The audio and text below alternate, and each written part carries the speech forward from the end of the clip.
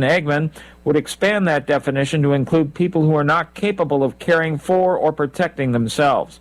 Previous bills have failed over concerns about infringing on individual rights. Keith Peters reporting. Tesla says it will cut the cost of its next generation of vehicles in half, largely by using innovative manufacturing techniques in smaller factories. The changes could bring the cost of a new generation of vehicles to around $25,000. More on these stories at townhall.com.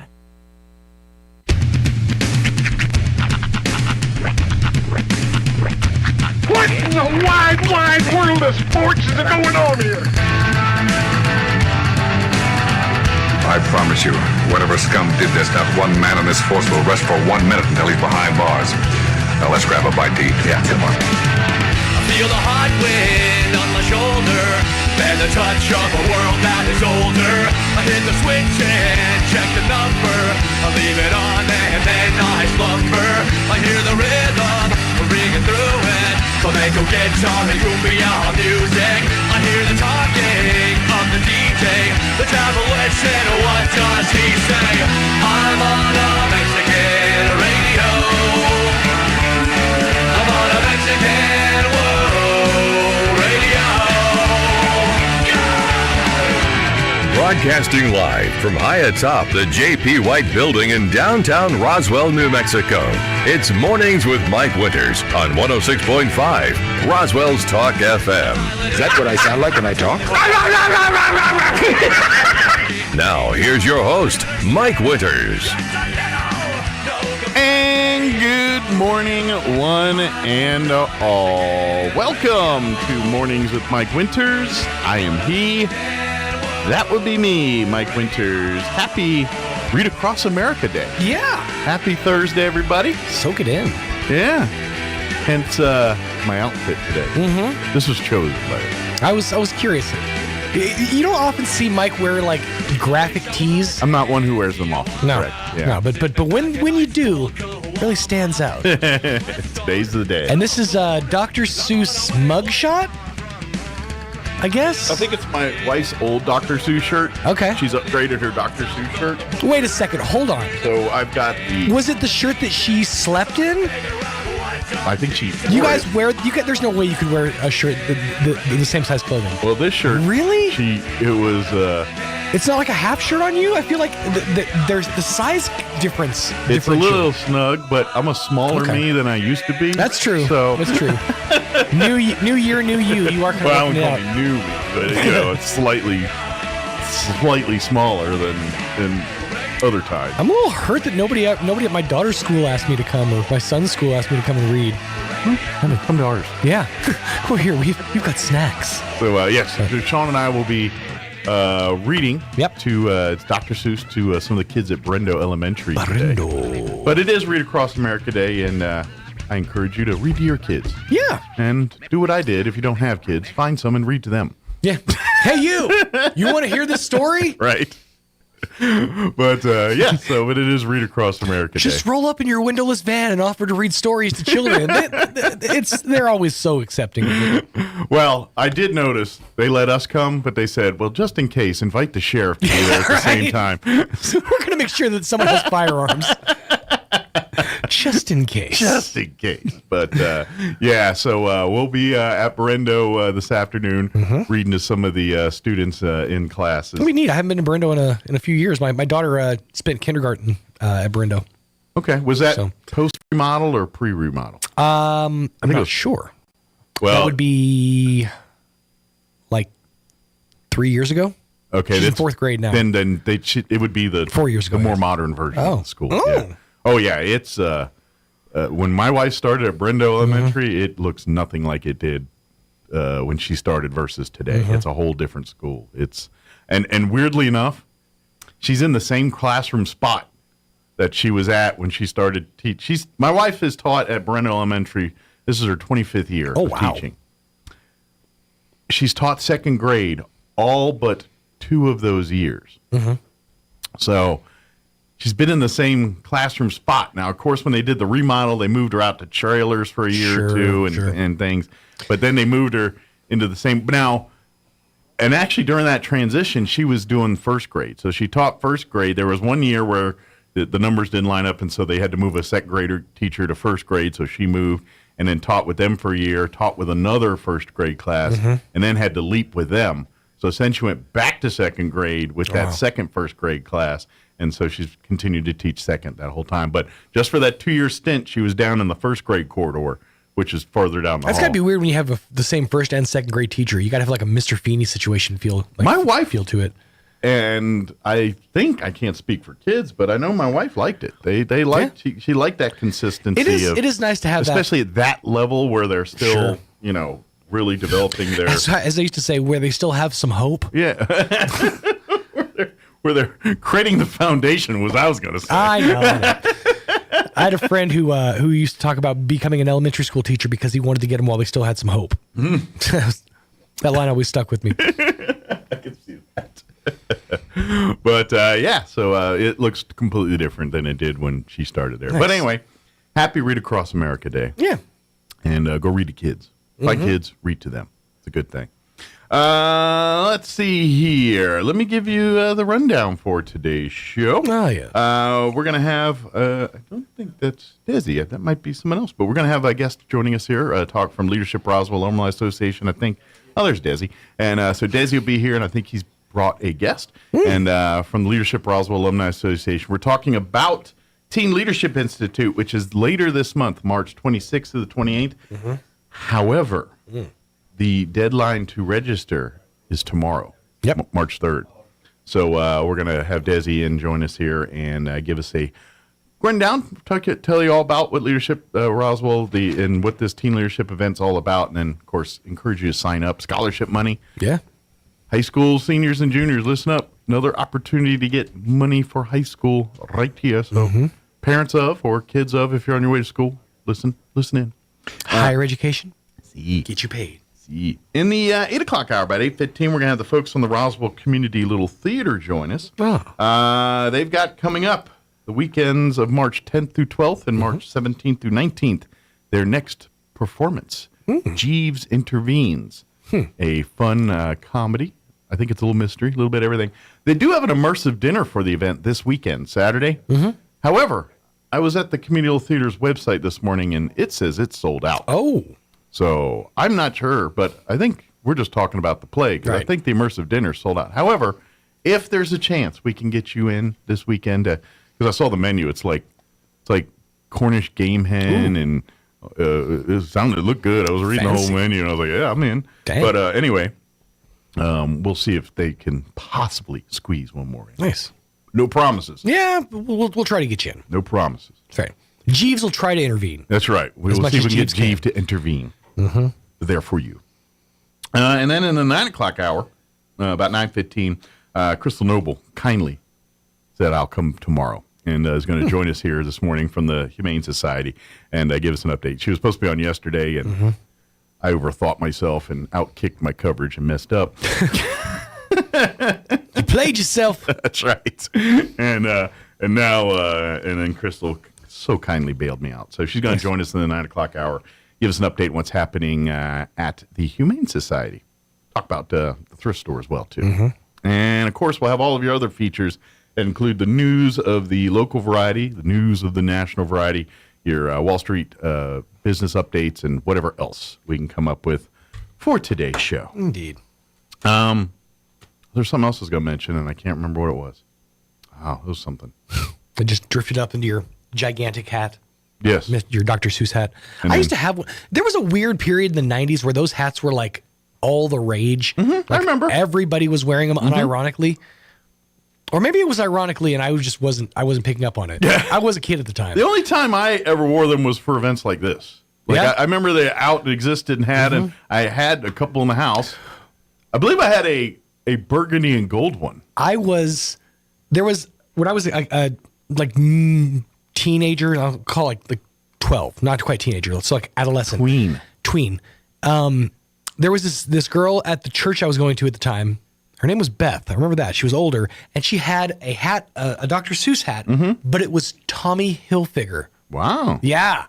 Fancy, right? Right. She gave it to me. Designer. I rocked that hat for like 2 years. Loved that hat. Now, were you more Everywhere I impressed went. that it was a Dr. Seuss hat or it said Tommy Hilfiger? I was all of it. All of the it. above? All the above. I was super impressed with it. The fact that Tommy Hilfiger would even bother to make a Dr. Seuss hat, that made me super happy. How stove-toppy was it? Was it pretty high? I'd say a good three rungs tall. Okay. Interesting. Yeah. I enjoyed it. So what was the reaction you got when you wore said hat? Honestly, none. None? I People never. Did they just look at like, oh, it's Sean? Well, And it's mostly like he's just a dumb kid. Let it go. They chalk Let it him up. go. Yeah. It's like, that's just what I got what away he with a does. lot in my adolescence by just being a dumb kid. That's being just chalked what he up does. As Let just it a go. dumb kid. Yeah, it's Fashion is cyclical. I'm waiting for the Dr. Seuss hat to work its way back around. maybe you need to start it. There you go. Maybe you should just start wearing it. Just kick off a whole Jamiroquai trend of dress. Get it. I think this day and age, you just got to get some weird celebrity to do it once, and then that's all. I feel like if Lenny Kravitz would rock a stovepipe hat, we could bring back the whole look. Yeah. Well, it depends on who you're targeting. Well, does Lenny Kravitz still have that kind of pull? Is the question.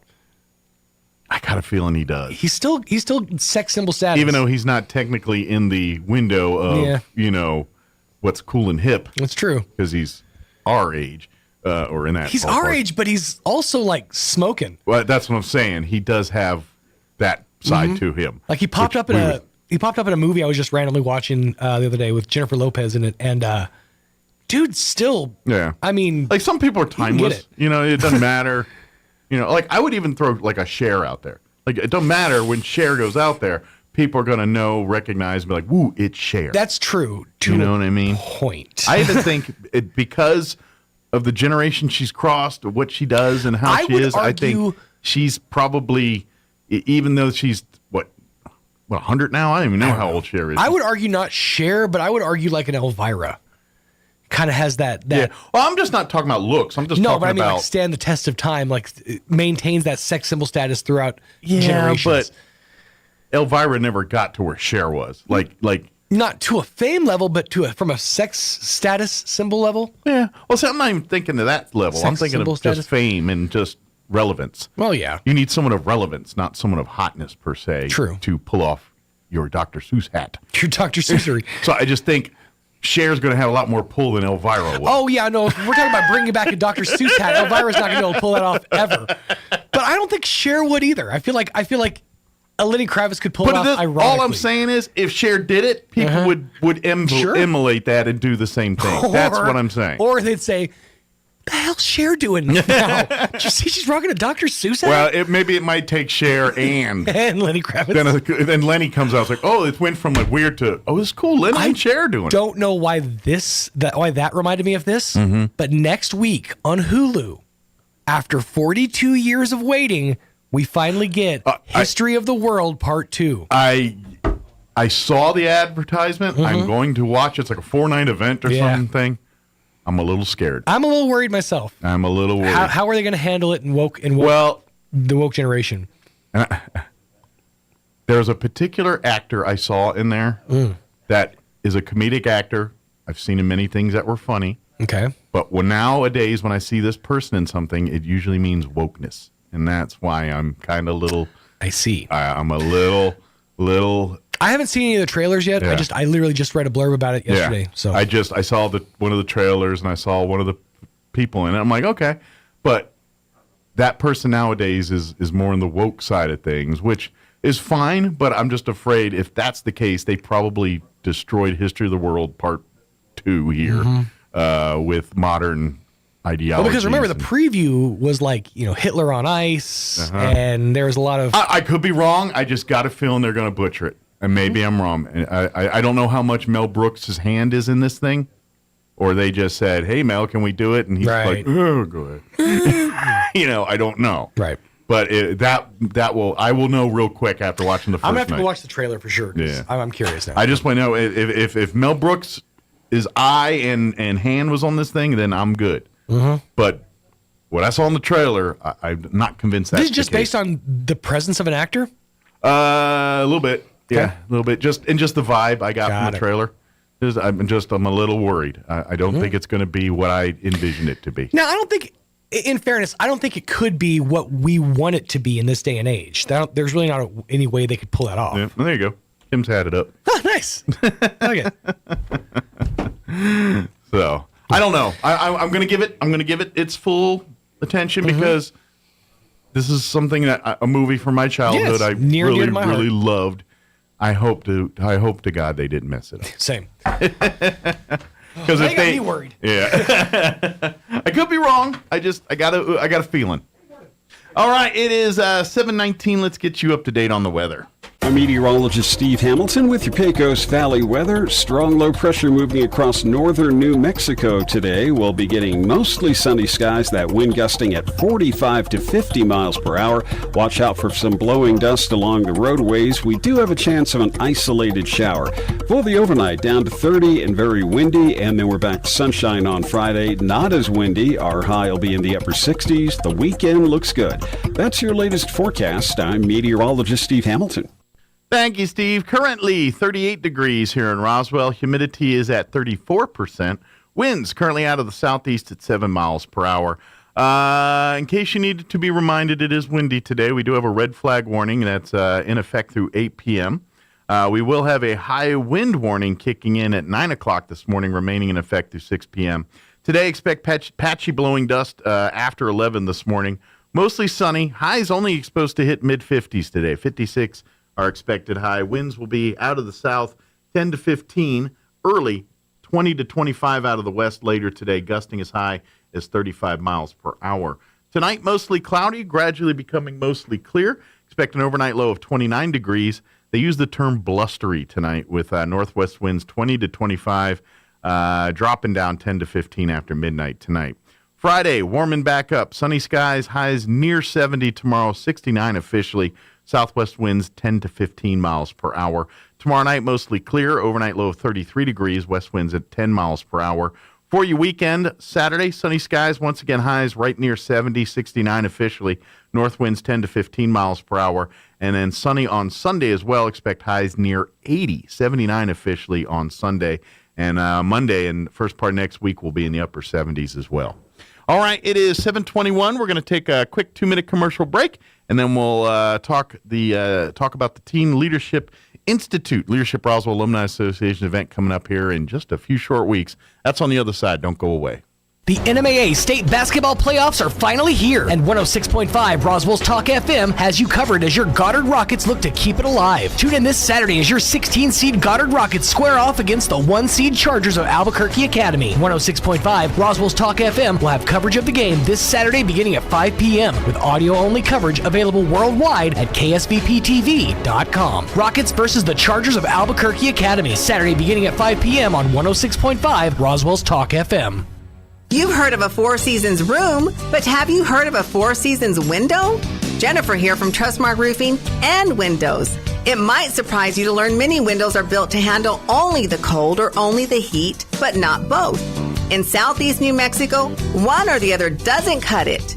That's why Trustmark windows are built to handle our Four Seasons climate, the scorching summers, the bone-chilling winters, and everything in between. Special glass coating blocks extreme UV rays. A stout frame prevents warping from the extreme weather changes. And insulated glass is like putting your home in a giant styrofoam cooler in the winter and keeps cold out and warmth in. And in the summer, it keeps heat out and cool in. For our Four Seasons weather, get Four Seasons windows. Call today for your no-obligation spring window assessment. 575-755-7663 or visit TrustmarkRoofPros.com. Trustmark Roofing, we put people first. Pecans are a big deal here in Chaves County. We have some of the biggest orchards in the country, and lots of us have pecan trees in our yards. Hi, this is Jim Gill from Roswell Seed Company. Whether you have one pecan tree or 1,000 of them, this time of year, every pecan tree needs fertilizing. So come see us at Roswell Seed Company, and we'll get you fixed up with the right fertilizer for your pecan trees.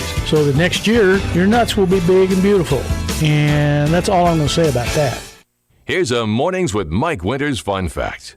47.2% of all statistics are made up on the spot.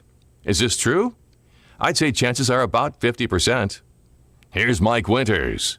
And good morning. It is 24 minutes after 7 o'clock, and joining us in studio this morning, Desi Aguilar back with us as well, and brought a guest with him, Eric Effertson, as well. Good morning, gentlemen. Good morning. Good morning. How y'all doing today? Good. Of course, we're talking this morning about Leadership Roswell alumni. They've got their New Mexico Military Institute. That's their day jobs and things. But we're talking Leadership Roswell Alumni Association this morning. And, of course, the event we're talking about, this is, I know they got their day job clothing on today, but this is an event that the New Mexico Military Institute has partnered with the Leadership Roswell Alumni Association for many years now. I don't know, 15 at least? I don't know. At least. Yeah, I don't know the exact number, but what we're talking about is the annual Leadership Roswell Alumni Association Teen Leadership Institute. It is back for 2023. Bigger, faster, stronger. Would that be? Keep expanding. Yes, it can. Get you up a little close to that mic, Eric. That way they can hear you a little bit better. So, for folks that aren't familiar, we'll get there. Give them kind of just the nickel tour of what the Teen Leadership Institute's all about. Well, every year we do invite teens from all over the local community, and we try to expand that a little more every time. Like we said last time, the biggest complaint we get is that it's not long enough. Right. And so that's a testament to what we're doing, because they just feel that they want more and more and more, which is a great program. The curriculum is just, we don't have enough time to do everything we'd like to do.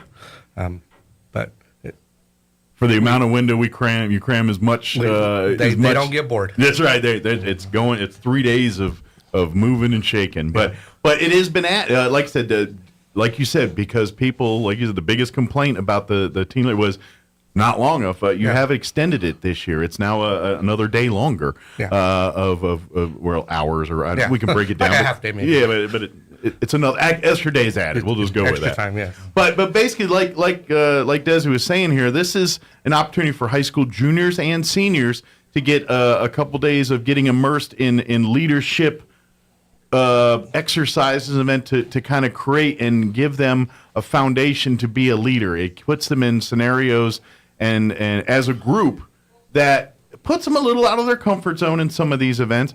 Obviously, nothing to put anybody. No one's in danger. Nothing like that. It's all supervised and safety's number one priority. But at the end of the day, they get them in these areas where they put them out of their comfort zone, and they say, hey, how do we rise to the occasion? How do we navigate through this? And through that, they learn these leadership skills. And what I love about it is it's the cadet, the students in the class are kind of running the show. They're the ones that, like, at the end of the day, there will be scholarships awarded, but the actual juniors and seniors have a hand in who gets those scholarships and things. So it's not only a chance for these kids to learn leadership skills, but it's also they're kind of growing as and sharpening each other as peers through this event too. So it's really a good. I really love that part because it gives them opportunities to do things that you might not be able to do or recreate in a school environment or at home. I don't know where else it's offered in this type of thing. There's nothing similar to it that I know of. But no, Eric does a great program. He has his cadet facilitators out there, and they help lead each of the groups, and they just do a phenomenal job. Eric, just kind of give an example of like some of the different exercises and things that the students participate in during the event. I can do that, but just going back to what we were saying before, it's interesting to watch and talk to them after the fact. What were your expectations going into this? And a lot of them would say, I thought I was just going to sit around and PowerPoint, sit in class, textbooks, and they're expecting this. And this was absolutely amazing because it's engaging, it's experiential, it's hands-on, it's social, and it's interesting to see how intimate and deep the relationships can get after just a handful of days. They don't want to leave. So they keep saying, hey, can we do this more? Can we do this more often? Can we make this longer? And so we're listening to what the students are really wanting them to do because they find value in what we're doing. Absolutely. And that's, and in this day and age, that's, you know what I mean? Because I feel like we do live in a world sometimes, and I'm getting a little philosophical here, but sometimes, like, especially with trainings or these things, it's like, hey, go to the event, sit in a room for 4 hours, we'll give you a certification, and you're good to go. And it's like, okay, that might meet a need to check boxes, but has anybody learned anything at the end of the day? And I wonder if that's the most effective way. And kind of to your point, Eric, is is they think that too, is they're going to come in, sit in, go over some books, PowerPoint, and then sign a certificate and go home. And it's like, no, they're actually getting valuable tools that will translate regardless whether they go on to the military, to go to college, to start their own business, to be an artist, to be an athlete, whatever path they pursue. This skill set will give them a better foundation for it. They also learn how to appreciate each other, because everybody's got something new, something unique to offer to the team. Sure. And so we really start to flesh those out, start to talk about how people can complement each other. I want to partner my strengths to somebody else's strengths. And, sure. And I have a weakness, but if I can partner with somebody who's I'm weak in that area, but they're strong in that area, then I start to appreciate that diversity with someone within the team. And I don't have to lead Absolutely. if they've got a particular strength. And so it's neat to see how we're leveraging, skills and character and abilities to be able to put. So going back to what we were asking about earlier about activities. Yeah, I am. So a lot of just social interaction activities, a lot of hands-on activities, activities with a purpose. So it sounds like there's some simple games, but there's usually an underlying deeper processing. And so we try to draw out some of the learning opportunities that happen. And some processing and some reflection pieces that are happening as well. They'll go through the leadership reaction course, but they'll do it in such a way that they're going to evaluate their own strengths in a way and start to evaluate those, and then look at tackling some timed leadership problems in real time, in real world scenarios, and then they've got to accomplish a particular mission in a particular time set. But it's the process that's really the most important piece. Absolutely. So whether they complete it in 20 minutes or not, there's still learning that's happening. So we're looking at the process more than anything else. It's the journey, not necessarily the end game. But as they start to interact with each other and start to get to know each other, performance goes up. Absolutely. And they're amazed at their own skills and their own abilities. Sure.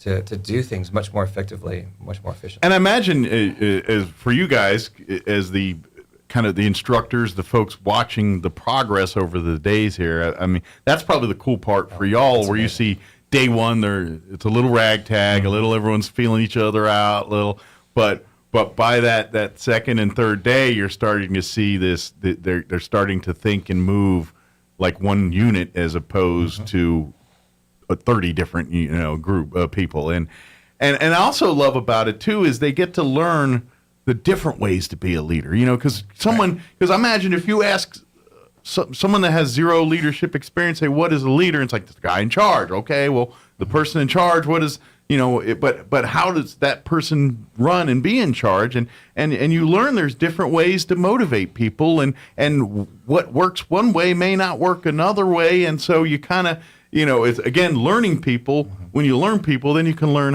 what motivates them and what drives them, and then as an effective leader, you can use that information to get the team to the end game, and that's kind of where they learn this kind of stuff. And I think that's kind of what you're talking about with the process. It's like, yeah, you give them a task, and you say you got to get this flag up there by then.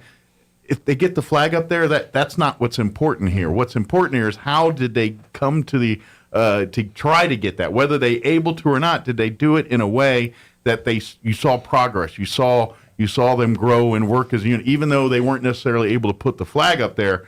You could, if I gave them another hour, they probably would have figured it out. You know what I mean? But you want to see that elevation, that evolution, so to speak, of them going from, okay, chaos. All right, let's form a plan. Let's find. All right, who's good at this? Who's get back to strengths and weaknesses? And when people learn, it's like, no, I think that's one thing that football and those things will teach as well, because it's like, hey, I don't care if you've got the star quarterback. If you don't have a lineman to protect star quarterback, you're not going to win that star. And that, I think in essence you learn some of that through this way as well too. So that's what I love about this is they get to learn that there's not one true path to solve every problem, and that's where effective leadership. And that's comes what's really we're emphasizing. I think sometimes students have a wrong idea that it's this type A personality, and it's just somebody that might be yelling and barking orders. And that is not what we're trying to emphasize at all. And it's interesting that when you can lead just by being you, you can be that quiet, introverted person don't have to. You just be you. Sure. But it means that the team has to listen. They have to brainstorm together. Sure. And every member has something important to give. And so we start to understand that it's not just about a particular, that traditional mindset that I think is kind of narrow. Yeah. They just realize they can be themselves. Absolutely. And they can be phenomenal right where they are. And that's what I love about this program. Now, if you need the carrot dangling, here's the carrot dangling. Again, this is open to all high school seniors and juniors. And this year, they've got over $5,000 in scholarship money that's going to be awarded to high school seniors and juniors. If you came last year as a high school junior, welcome back as a high school senior. If you won a scholarship as a high school junior last year, welcome back and see if you can win another one. Just because you've been awarded in the past or participated in the past does not preclude you from this unless you were a high school senior last year and in college. Sorry, then we got to make room. But for high school seniors and juniors, we would love to have you. And I'm telling you this, we will have high school juniors that participated last year that will be back and doing this. They probably already signed up. We've got a deadline. I've already got 5 that signed up from last year. Good deal. So that shows you that they do value it. They do want to come back. Yeah, absolutely. Now, for all you procrastinators out there, you have officially been given your 2-minute warning. Right. Because tomorrow, end of day tomorrow, you've got to get your applications turned in. Will not take late submissions. Yeah, we unfortunately, due to all the moving parts and logistics and everything, this is a hard deadline of March 3rd here tomorrow. Good news, you still got time, and you still can get an application. If you can go to pretty much any high school guidance counselor locally and pick one up today. But if that's not available to you or you don't have time for that, shoot an email to roswellteenleadership@gmail.com. Yes. And they will send you an application. You can fill it out and send it back to said same email, and then you're registered. And then we can settle up everything else later as far as getting you program materials and all that good stuff. Absolutely. And we do have applications already from several schools. I think we counted 9 different schools so far. Okay. So, hopefully we can get that number even higher. But absolutely, we've got quite a number of different schools represented. Absolutely. And as far as the scholarships, I think we're going to do well over $5,000. Good. I'm lowballing everybody. I love it. Even better. Last year we gave out 8 in total by the end of the day. Awesome. And we have a few people that step up last minute and say, "Hey, I'd like to help out." So that's what we're. And I'd like to mention some of those donors as well too. Of course, Leadership Roswell Alumni Association is the main one that puts it on. New Mexico Military Institute is always a big part of it. They not only donate the facility use and also the. This is a Leadership Roswell Alumni Association event. But New Mexico Military Institute, their stamp on and their the fact that they're associated it's like we're putting our reputation with it, right? And so we do appreciate that because and we what curriculum they our admissions department has also chipped in to help pay for some of the expenses, and then a lot of local businesses as well. ENMUR, Pecos Valley Rotary, Pajace LLC. Carnero, Armstrong Energy, XL Energy, New York Life, Character Counts, Church on the Move, McDonald's, the Chase Foundation, Elkhorn Land and Title, Kiwanis, The Nest LLC, and Western Sky have all committed to help us out. I love seeing other nonprofits getting involved too. I love they say because that's a little bit of it's kind of like. You always look for when when you see a bunch of fire trucks out in a restaurant that you've never been to, and you're like, that's probably a pretty good place to eat. You know what I'm saying? When you see a bunch of nonprofits that do a bunch of great things, saying, "Hey, I'd like to contribute to this nonprofit," they see the value. Same indicator there. It's like, hey, if they think it's valuable, then it must be valuable. So thank you to them for supporting it because, in essence, it's kind of like they're putting their reputation on us, and we thank them for that. We appreciate that. And a lot of these are returners too that they've given before. Absolutely. They've been doing this for years now and keep them supporting. Good news, thanks to all these groups, though, this doesn't cost you, the student, any money. It doesn't cost a dime. For the kids. It just costs, all we're asking is for your time and for your effort. And once and I guarantee you will get rewarded for that. And again, it's open to all high school juniors and seniors. And high school juniors and seniors are eligible for scholarship money, even though you're not going to college for another 2 years. We'll keep it on the back burner for you till you're ready to spend it here. But we definitely would love to see folks sign up. If you know parents or students that have gone here, talk to them. I guarantee that they're the best product endorsement because they're the ones that went through it. And I imagine you got even a few of those students that maybe the parents were kind of like, no, you're doing this. And they're like, initially, yes, but yeah, exactly. And then they get there, and it's like, then you see that, and then it goes from being dragged to yes, they put their first effort and stamp into it. Yeah, and even the first night, the first time that they come in for this event, they're gonna meet 3 of our former winners. Oh, great! And they're gonna give a little testament to how their lives were touched by this program. So. Kind of a where are they now a little bit too, I would imagine as well. Yeah, but every time I run into Haley, one of the recipients, she's when can we do this? Let me know. I want to help support. I'll take time off work. I mean, let's go do this. So she's always been. Right. I love because again, that's another testament. When you have people singing the praises of the program they went through, in some cases years later, that again just adds more to what we're trying to talk about here. Absolutely. That this is a valuable program for your kids. If you have a high school junior, senior, please sign up for this. It does not matter where your path where you want to take your path with you. This will give you valuable skill sets that will give you the tools to help you succeed wherever you go. And please, like we were talking earlier, don't pay attention to the stereotypes. This is great. If I was going to join the Army, then this would be perfect. Right? Nah. Sure it would. You're right. It ain't wrong there, but that's such a narrow-minded view of it. About it all. Yeah, it's all about leadership skills, and I don't care what activity, what thing you pursue in life. There's got to be some leaders involved to make it happen. But I got to mention one more thing. Yeah, it's fun. And that's the other thing. It's a good time. It really is. And it's good for them. I mean, they're the ones having a great time. You're getting out in the sun. You're going to be doing some things, outside and climbing and ropes and doing some of that and problem solving where you kind of playing. It's, think of some of this will be kind of like you're playing Dungeons and Dragons, but you're actually like doing stuff instead of just talking about it behind books and things. You know what I mean? Some of that's kind of that same. It's like you're putting scenarios. How do you work through it? I haven't played a lot of Dungeons and Dragons when I was a kid, but it's kind of like Dungeons and Dragons. Someone has a book, they're telling a story, and you got what do you do? How do you do this? And I mean, that's a lot of this is some of that kind of stuff. Just no dragons or dungeons.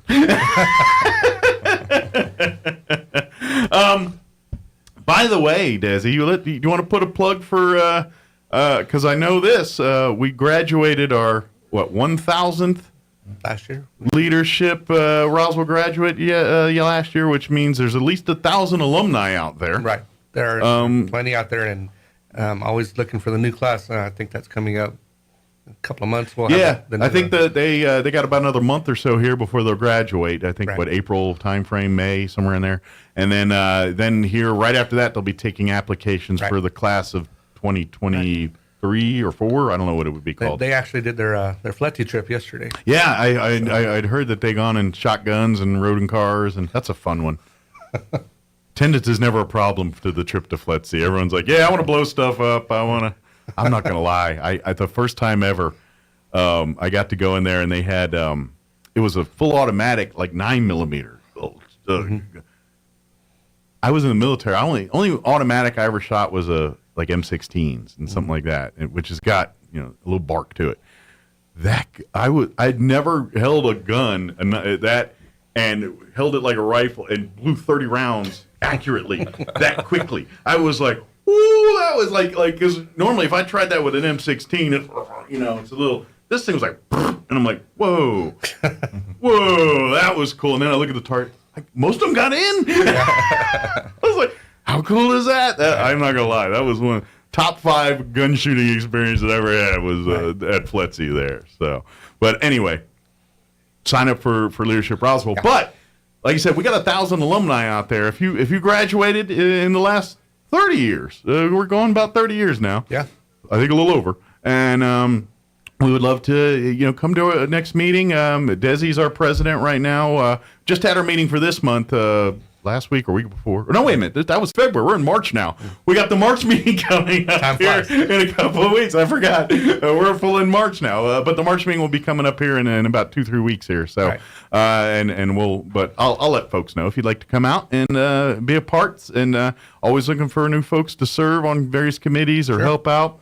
It's kind of a busy. We're going to have a bunch of people helping us out with this. Yes, if you'd like to get involved with this for, maybe even this year, reach out. I'm sure they can help with logistics. But then we've got like banquets coming up. We got the next class rolling in, and so we'll be busy here and could use more bodies to come in and volunteer. So if you are an alumni of the Leadership Roswell program, and we'd love to have you serve on the Alumni Association if you'd like. So, but again.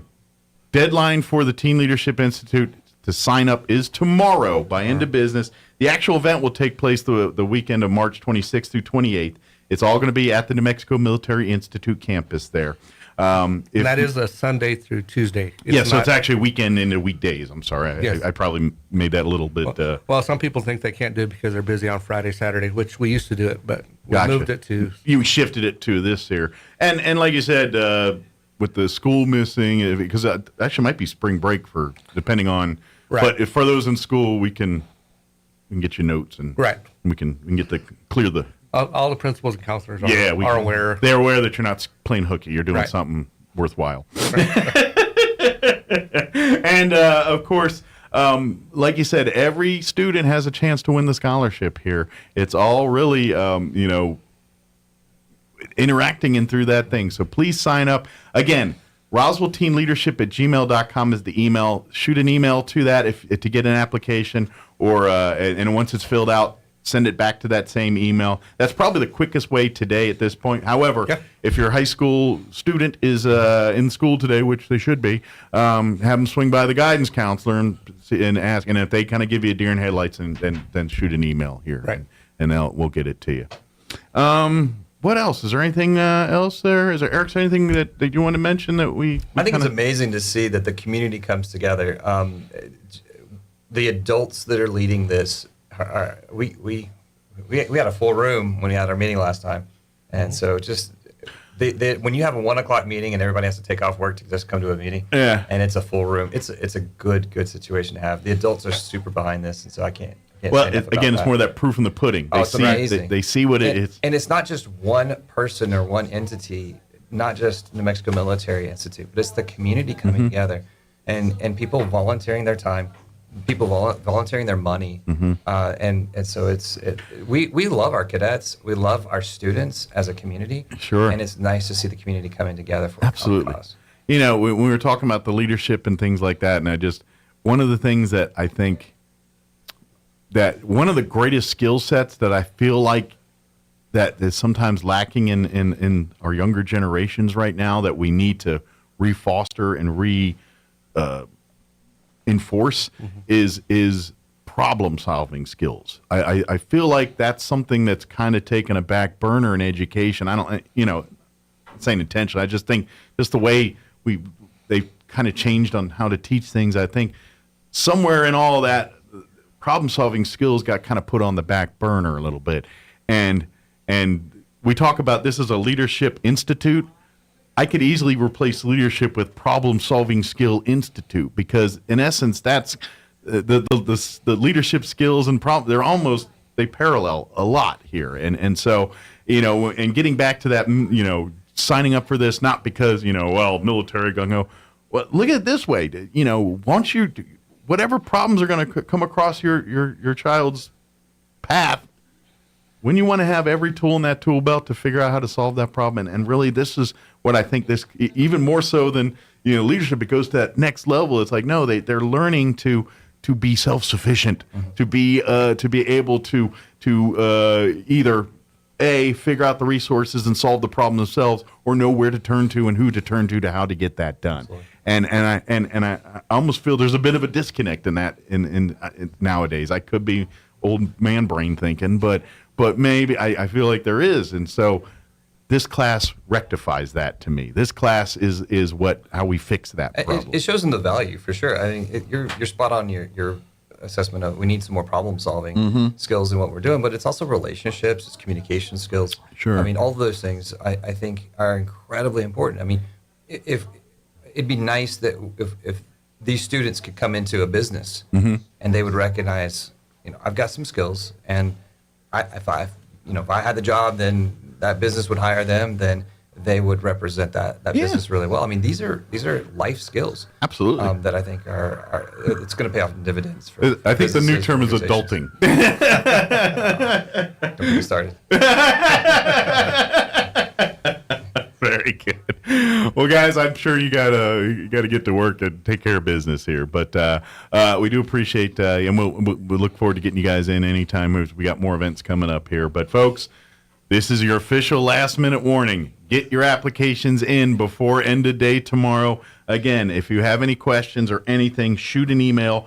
Roswell Teen Leadership, all one jumbled up word, at gmail.com, and say, hey, I need an application or whatever question you might have. Desi or whoever's on the horn on that email, we'll get your information back to you.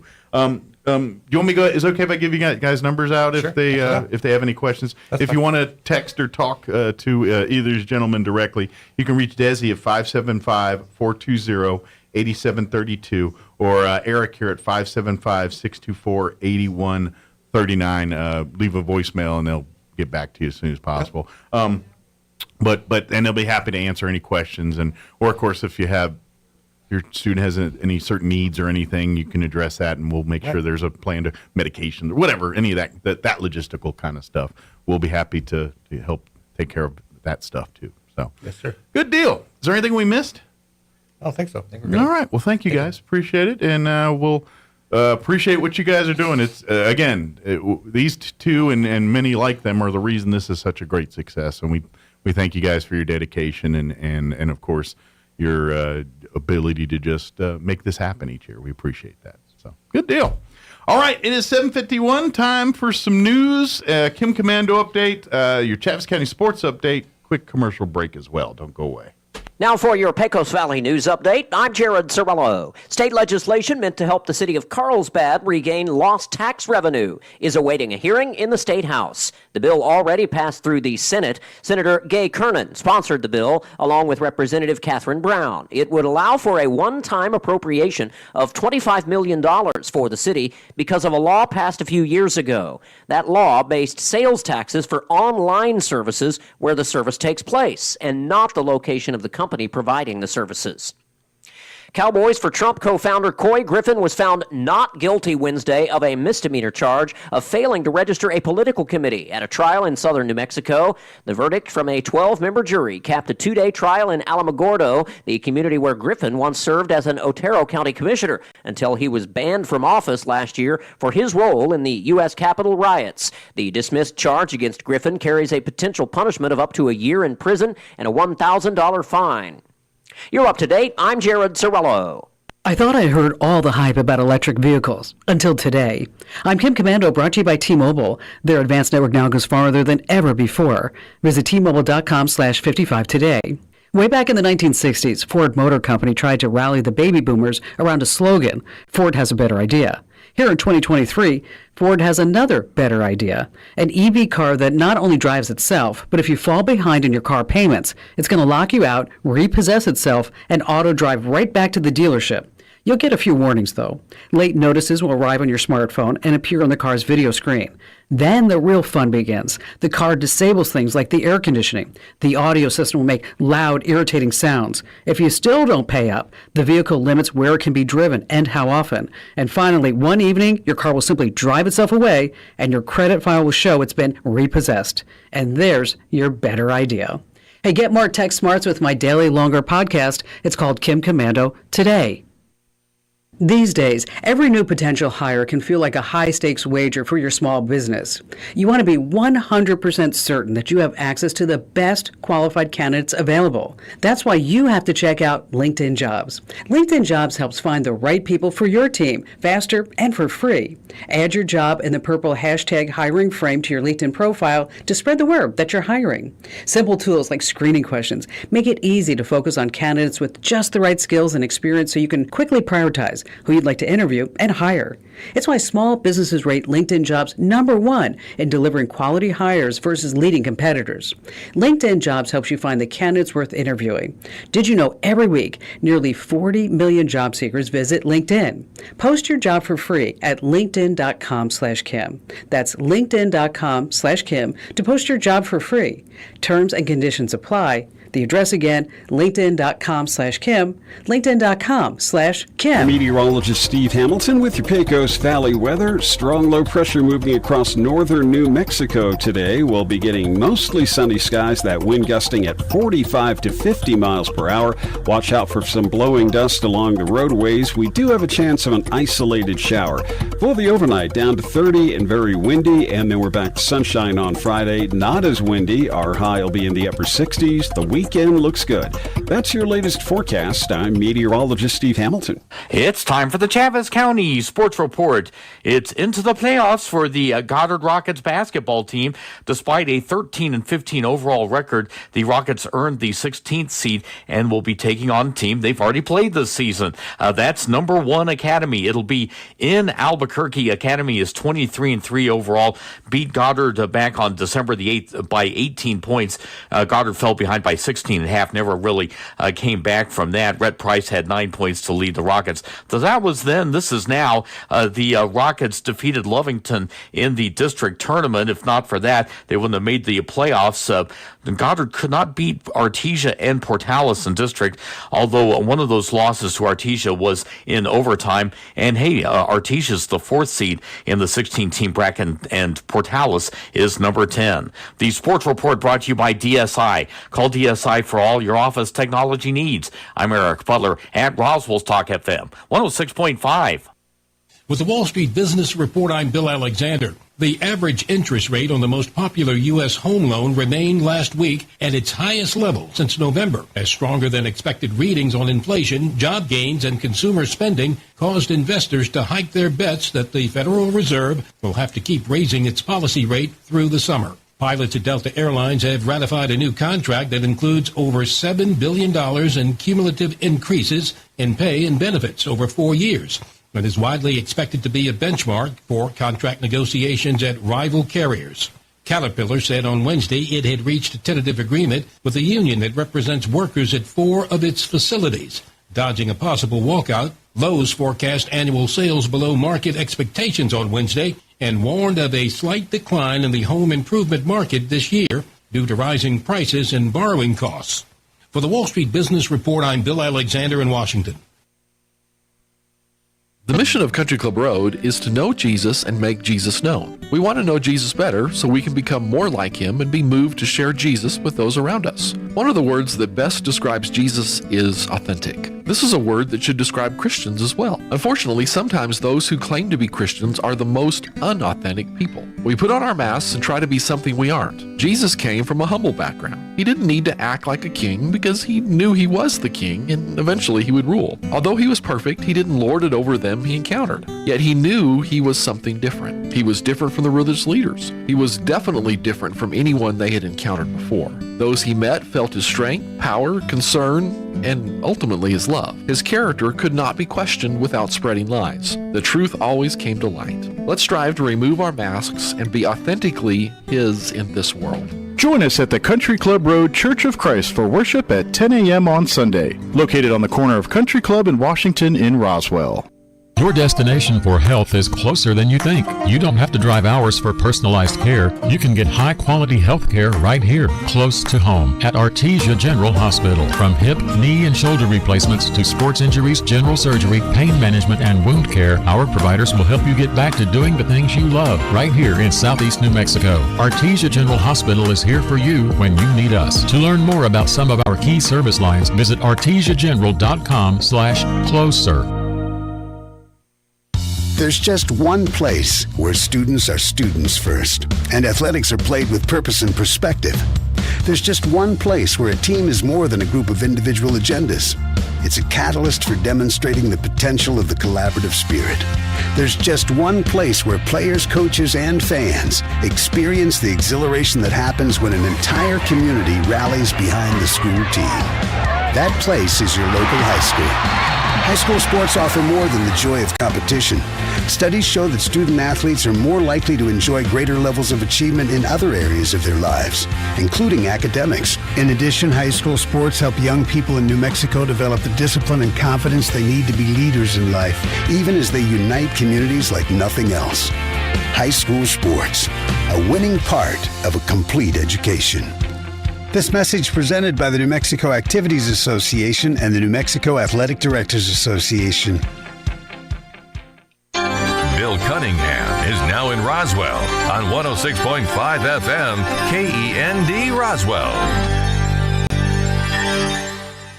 And Town Hall News is up next. We'll be back on the other side of news. Don't go away. We'll be talking Roswell Community Theater next hour. Don't go away. News this hour from townhall.com. I'm Rich Thomason. Another town hall on tap this evening. East Palestine, Ohio's residents continue suffering the impact of the toxic train wreck. This forum will be different from last month's, though, in that this time Norfolk Southern representatives will be there. Last time the railroad was a no-show.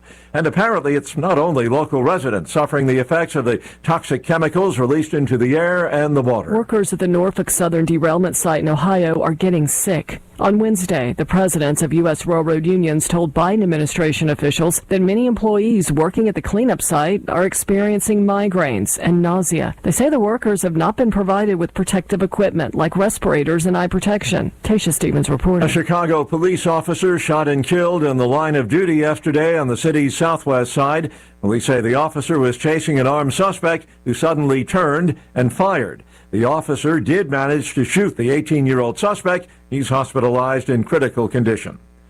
The Biden administration requesting $1.5 billion to fight COVID relief fraud. It's estimated that billions of taxpayer dollars were stolen or lost when the government approved trillions of dollars in coronavirus pandemic relief programs. And now the White House is asking Congress for money to help clean up the mess. The administration wants the resources to prosecute fraudsters, establish new protections, and help people whose identities were stolen. It's unclear if lawmakers will approve the funding. Greg Clugston, Washington. Best keep an eye on the sky in the south. Forecasters warn of the possibility of more severe storms today. That includes the possibility of tornadoes, damaging hail, and flooding rains from Texas over into the southeast. On Wall Street, stocks are mixed. Right now, the Dow is up 81 points, so the Nasdaq is down 56, and the S&P 9 points lower. More on these stories at townhall.com.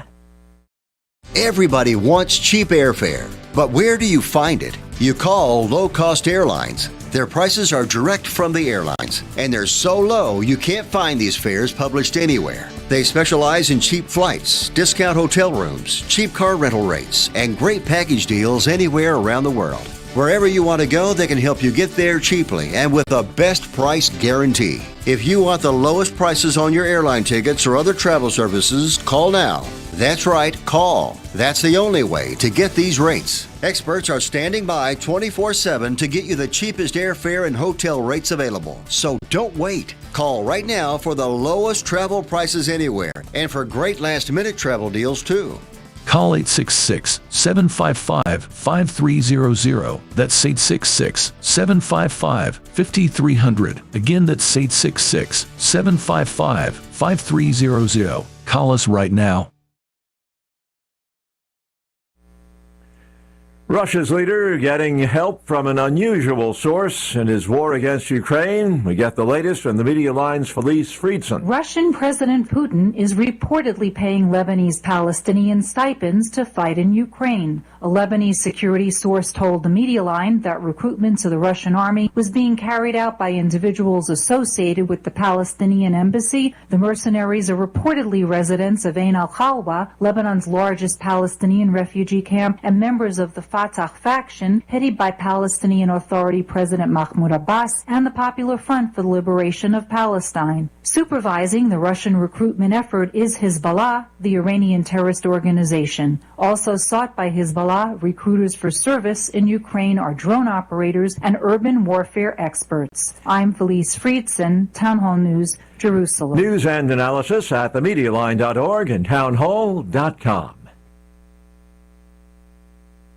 A push to mandate that members of religious clergy report child sexual abuse when it's brought to their attention is facing pushback from churches throughout the United States. That's the case in Utah, where 4 separate proposals to narrow the so-called clergy penitent privilege loophole have not received hearings in the State House as lawmakers prepare to adjourn for the year.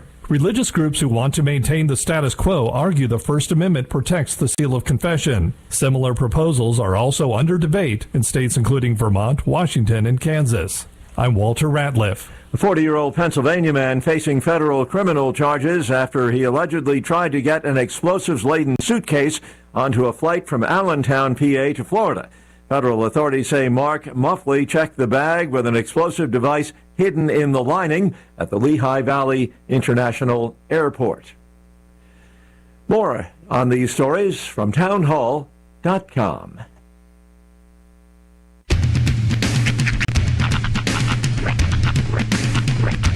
What in the wide, wide world of sports is going on here? I promise you, whatever scum did this, not one man in this force will rest for 1 minute until he's behind bars. Now let's grab a bite to eat. Yeah, come on. I feel the hot wind on my shoulder and the touch of a world that is older. I hit the switch and check the number. I leave it on and then I slumber. I hear the rhythm ringing through it. Flamenco guitar and cumbia music. I hear the talking of the DJ. The travel said, what does he say? I'm on a Mexican radio. I'm on a Mexican radio. Broadcasting live from high atop the J.P. White Building in downtown Roswell, New Mexico. It's Mornings with Mike Winters on 106.5 Roswell's Talk FM. Is that what I sound like when I talk? Now, here's your host, Mike Winters. And good morning. It is 6 minutes after 8 o'clock. Welcome to hour number 2. The Deuce. Mornings with Mike Winters right here on 106.5 Roswell's Talk FM. Happy middle of the week. Mm-hmm. Well, semi-middle. Thursday. Yeah, the other half of the middle of the week. It's still like not Friday, but it's not the week over yet. We're halfway between the halfway point and the end of the week. There you go. There you go. Sure happy it's Thursday. Mm-hmm. There you go. That's what it is. Hey, I saw something on Facebook that made me feel old. Okay. Do you remember the 80s movie, I believe it was 80s, Summer School, starring a, what's his name? The guy from NCIS, what's his name? His name went right out of my head. I vaguely remember the name of the movie. The movie Summer School, and it had the dude from NCIS, which I can't remember his name right now, is a teacher. Kirstie Alley's in it. Too. Oh, wow. And so he's like he becomes to earn some extra money, he's got to teach summer school, and he just want to hang out on the beach. Mark Harmon, thank you. Mark. Do you see a wheelchair under Mark Harmon? Yeah, Mark Harmon, thank you. Did you ever see that movie? I didn't. No. Okay. I was 3 when it came out. Well, there are 2 characters, 2 of the students in the movie. Okay. That are horror film junkies. Gotcha. And so they love to do these Texas Chainsaw Massacre things. They go crazy with it. Okay. I was on Facebook, and they showed a picture of those 2 guys now. And man, do I feel old. So these were like high school students back in the day. Oh, wow. Wow. Those guys look nothing like they did in that movie. They exclusively sell hair trimmers for the hair that grows out of your ears. Yeah. Who are they? I don't know their names. I to be honest, I don't ever see them in any other movie other than Summer School. I have not seen these two. They were the class clowns in Summer School. Is it Dean Cameron and maybe Carl Reiner? Dean Cameron and Patrick? No, that's maybe. I don't know. It's definitely Dean Cameron. He played Francis. Yeah. And Patrick, I'm not even going to try to say his last name, played Kevin. Okay. So, I think they went like that was their names. Yeah. I'm trying to think what they were like. They had different names. Don't call me that. Call me Hacksaw or whatever. I don't remember. But oh my gosh, I just saw that picture. Like, those guys are old. There are certain things that make me feel really old. Yeah. One of the things that makes me feel really old is the way Jonah Hill looks now. Okay. He lost all the weight, sure. He balloons back and forth. He really does lose weight and gain weight for his roles. Yeah. But he's got old person face. Yeah. Like he's really like the hair is starting to grow out of certain parts of his face. A lot grayer, a lot thicker. Like it also looks like he's trying to do fancy Hollywood stuff.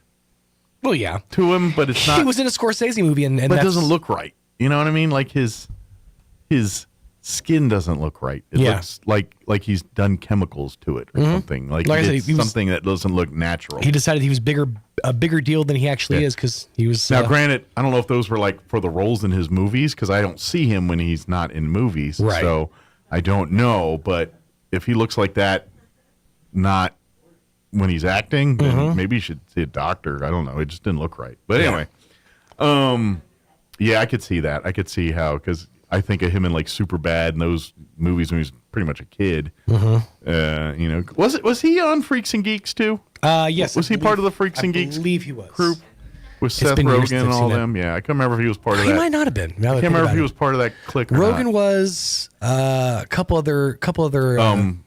The hunky Franco. dude. Yeah, Franco was, yeah. Yeah, I can't remember if he was What's part of his that face? or he didn't show up till a little bit. The dude from Shrinking. Oh yeah, Jason Segel. Yeah, he was on that too. Yeah, I don't think I can't remember if he was part of that little clique or not. I know kind of later he was with the. Well, it's Apatow. All the Apatow. I don't think he joined the Apatow fold till after Freaks and Geeks. No, I want to say that like the first time I ever saw Jonah Hill in anything besides like 40-Year-Old Virgin was like the movie Accepted. Yeah, was he the hot dog guy? Yeah, ask me about my wiener. Yeah, okay. Mm-hmm. I don't know. I think when was Superbad before all that? No, Superbad was after that. I think like the first time I remember seeing him in anything or specifically like that's Jonah Hill was 40-Year-Old Virgin. I thought Accepted was before Superbad, but Superbad was before 40-Year-Old Virgin. Let's find out. I'm not sure. Because I think 40-Year-Old was like his first like cameo appearance in anything, and that launched other things. But let me see. Jonah Hill. You want to give us the rundown while I look this up? All right. Yeah, because I'm trying to think. It doesn't. I'm in my head. It's not making sense. But anyway, yeah. Let me give you the rundown. Nothing ever does. Right. We'll get you up to date with the weather here in just a few minutes.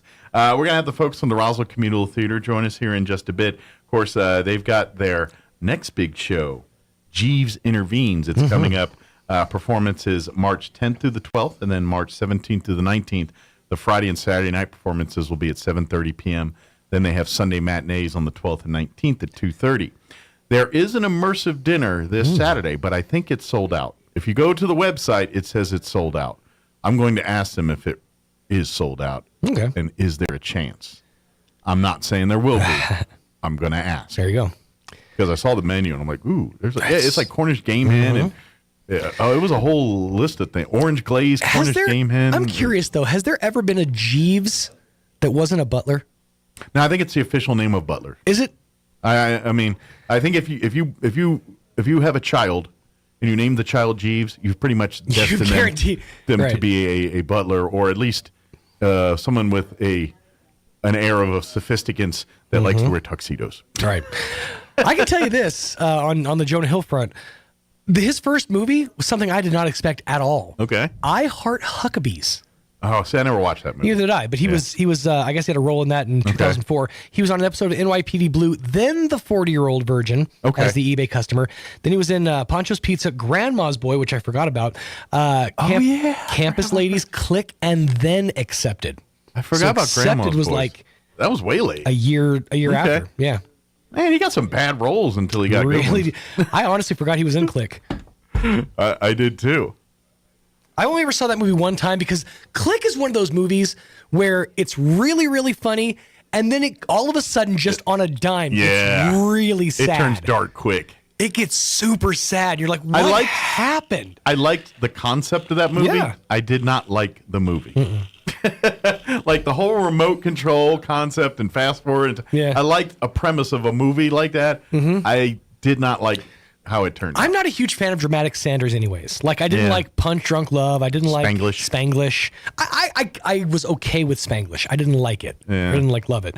But I've never been a big fan of dramatic Sandler. But yeah, the way he just turns in the middle of that movie into like. Have you seen that one where he's the action movie one where he's the jewel, or was it a sports cam or jewel guy? I can't remember what it is. It was out like 3 years ago. Yeah, Precious Gems. Or, I think it. Uncut Gems. There it is. Yeah, did you ever watch that thing? I never watched it. I heard it was like his tour de force though. I don't know. I want my Adam Sandler as the water boy. I don't want him as series role. No more so than I want, like my series actor playing Adam Sandler movies. Right. You know what I'm saying? I was like give me what I want. Give me the hits, man. I don't want to see Adam Sandler stretch his range. I could care less. I don't care about his range. That's what I want. Give me that. I want Lunch Ladyland. Give me Grown Ups 37 and let's do this.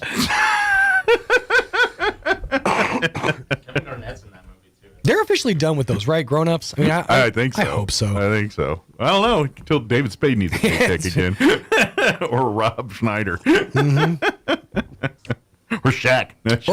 Randomly, Taylor Lautner showing up in the last one. It was like, what? Well, they needed a hot young man. A set of abs. And clearly none of those guys have one. So. All right, it is 15 minutes after 8. Let's go ahead and get you up to date on the weather. I'm meteorologist Steve Hamilton with your Pecos Valley weather. Strong low pressure moving across northern New Mexico today. We'll be getting mostly sunny skies, that wind gusting at 45 to 50 miles per hour. Watch out for some blowing dust along the roadways. We do have a chance of an isolated shower. For the overnight, down to 30 and very windy, and then we're back to sunshine on Friday. Not as windy. Our high will be in the upper 60s. The weekend looks good. That's your latest forecast. I'm meteorologist Steve Hamilton. Thank you, Steve. And currently, 48 degrees here in Roswell. Humidity is at 22%. Winds currently out of the south at 8 miles per hour. Red flag warning is in effect today as we speak through 8 p.m. this evening. We have a high wind warning that will kick in about 45 minutes at 9 a.m. and remain in effect through through 6 p.m. this evening. Expect some patchy blowing dust after 11 today, mostly sunny and cooler. We're only supposed to get mid-50s today, 56 officially. Winds will be out of the south, 15 to 20. This morning, increasing out of the west, 20 to 25, gusting as high as 35 miles per hour. Tonight, mostly cloudy, gradually becoming clear with an overnight low of 29 degrees. Winds will remain blustery out of the northwest, 20 to 25 miles per hour. After midnight, we'll see them drop down 10 to 15 miles per hour.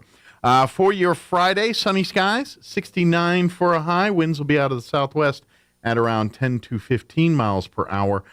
For Friday night, we're looking at clear skies, overnight low of 33, west winds at around 10. And then looking at the weekend, warming up, sunny, highs near 70, 69 on Saturday once again, north winds 10 to 15.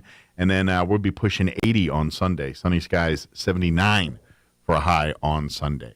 All right, it is closing in on 8:18. We're going to take a 3-minute commercial break, and then we'll talk with the folks in the Roswell Community Theater on the other side. Don't go away. You're listening to Mornings with Mike Winters. If your tires are flat, need your car fixed, our reviews are better than mixed at Big O. At Big O Tires. We do the job fast and with a smile. Whatever the problem, we go the extra mile at Big O. At Big O Tires. Trusted service, no need to lie. Hop online, our reviews are high at Big O. At Big O Tires. Unbeatable service in all our stores, and that's why we get such high scores at Big O. At Big O Tires. With high customer ratings, you can trust your locally owned Big O Tires. Now through March 26th, buy 3, get 1 free on select in-stock Sumitomo or Cooper branded tires with installation purchase. Big O Tires, the team you trust. Installation required. Disposal fees and shop fees extra where permitted. See store for pricing. Eligibility may vary. Not valid with other offers. At participating locations, no cash value. The mission of Country Club Road is to know Jesus and make Jesus known. We want to know Jesus better so we can become more like him and be moved to share Jesus with those around us. One of the words that best describes Jesus is authentic. This is a word that should describe Christians as well. Unfortunately, sometimes those who claim to be Christians are the most unauthentic people. We put on our masks and try to be something we aren't. Jesus came from a humble background. He didn't need to act like a king because he knew he was the king and eventually he would rule. Although he was perfect, he didn't lord it over them he encountered. Yet he knew he was something different. He was different from the religious leaders. He was definitely different from anyone they had encountered before. Those he met felt his strength, power, concern, and ultimately his love. His character could not be questioned without spreading lies. The truth always came to light. Let's strive to remove our masks and be authentically his in this world. Join us at the Country Club Road Church of Christ for worship at 10 a.m. on Sunday, located on the corner of Country Club and Washington in Roswell. Hey, this is Jennifer from Trustmark Roofing. Every storm chaser's worst nightmare. You know storm chasers, those out-of-town roofers that descend on neighborhoods after big storms. They come in, do a crummy job, then poof, they're gone forever. Well, a few years ago, our area had a hailstorm, and right on cue, storm chasers showed up. I was driving home from work one evening and saw one talking to an elderly lady on her porch. I said, "Not today, buddy." I did a U-turn, pulled in the driveway, and walked right up to them. I warned the woman who they were talking to, and I chased away the storm chaser. The woman's daughter called me later and said a storm chaser ripped them off a few years ago. She thanked me for stopping this one and chose Trustmark for her roof. Trustmark Roofing. Every storm chaser's nightmare. Every homeowner's champion. Call today for your 20% off coupon for our spring and roof gutter maintenance service. 575-755-ROOF or visit TrustmarkRoofPros.com. Trustmark Roofing, we put people first. Here's a Mornings with Mike Winters fun fact. Did you know you share your birthday with at least 9 million other people in the world? Your birthday isn't feeling so special now, is it? Here's Mike Winters. And good morning. It is 21 minutes after 8 o'clock, and joining us in studio this morning from the Roswell Community Little Theater, of course, Alethea Hartwell back with us. Good morning. Good morning. And then also joining us in studio here this morning is Idris. Man, I know I was going to put Idris Tozier and Michael Bozeman as well. Good morning, guys. How's everybody doing today? Great. Good. Doing good. Ready? Well, of course, for folks that aren't aware, the next Roswell Community Little Theater production is we're just actually about a week and 2 days from opening night here. That's week and correct. a day, Yes. something like Yes. that. Yeah. Opening Week next and a Friday day. night. Yeah, next Friday night. It's called Jeeves Intervenes, and this one is probably safe to say in the comedy fare. This with the mystery comedy. This one's more of the lighthearted variety. Yes. If you're looking for something serious, this is probably not your cup of tea. That's But if you're looking for a fun night of fun entertainment, bring the whole family out for a laugh, Jeeves Intervenes is going to fit the bill nicely here. Unfortunately, you've missed out on the immersive dinner. That's right. This Saturday night, they're going to have the immersive dinner, and they're going to have a delightful meal. And unfortunately, the early bird got the worm on that one. That's right. And they're sold out. Tickets are sold out. But and of course, for those that are going to be participating, and by the way, they usually do this for every major performance here. So if you missed this one, then keep your ear to the grindstone for the next production, right? And that way you can get the early jump on getting in on the immersive dinner. And what if I hope you do get a chance to go to one in the future. But yeah, they set up tables right on the stage. One of our local this particular time will be Pecos Favors, but each time they'll get one of our great local restaurants to provide a meal. I think the last one was Sarah's doing their Greek fare, which was delicious. Yes. By the way, if you've never gone there, go check it out too. But anyway, and then you come and the cast puts on their aprons along with their costumes, and then in character, and very then important. They take care of you as their characters here. So it's a lot of fun. But that'll be this Saturday night, and for folks that got tickets, lucky, and then enjoy it and have fun. But you can still get in on the fun by coming out to the play. You've got 2 weekends of performances. It'll be, like we said, next Friday night and Saturday night. Those are 7:30 p.m. performances.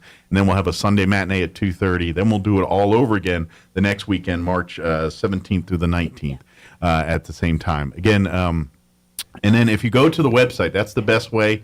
Get your tickets in advance. That way you got them. You show up at the door and say, oh, I got tickets. And then you give them your name, and they let you into the theater. That's right. And then we invite you to come and mingle and hang out and, maybe buy a beverage and get you water or a candy bar or something and enjoy the play. But, and you go there, go to RoswellTheater.com, spell theater like live theater, THEATRE. And you can go there. And I invite you, while you're there, get your tickets for this show. But check out some of the upcoming events. Talk if you want to learn more about the Kids Arts Program or all the different things that the Community Little Theater does. Hang out at the website a while. I believe if you go to the website, there's a little pop-up that kind of says, hey, stay informed, stay up to date, like and follow. And so I encourage you to do that. And that way you can, when you forget to go to the website, it'll come to you. Right. That's true.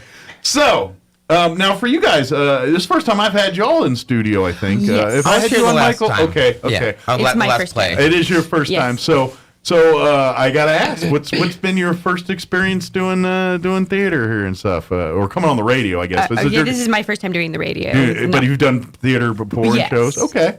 So and now, Michael, how many? What's number for plays for you on this? Oh my gosh, this is my fourth one in a row. Fourth one, so in a row. So you're getting. But I've been gone for 10 years. Right. So you took a little hiatus. Yeah. So he was with us like over 10 years ago and did several plays at the old building. Yeah. And then he's come back and he did 4 in a row. So he's like making up for lost time. Nice. Yeah.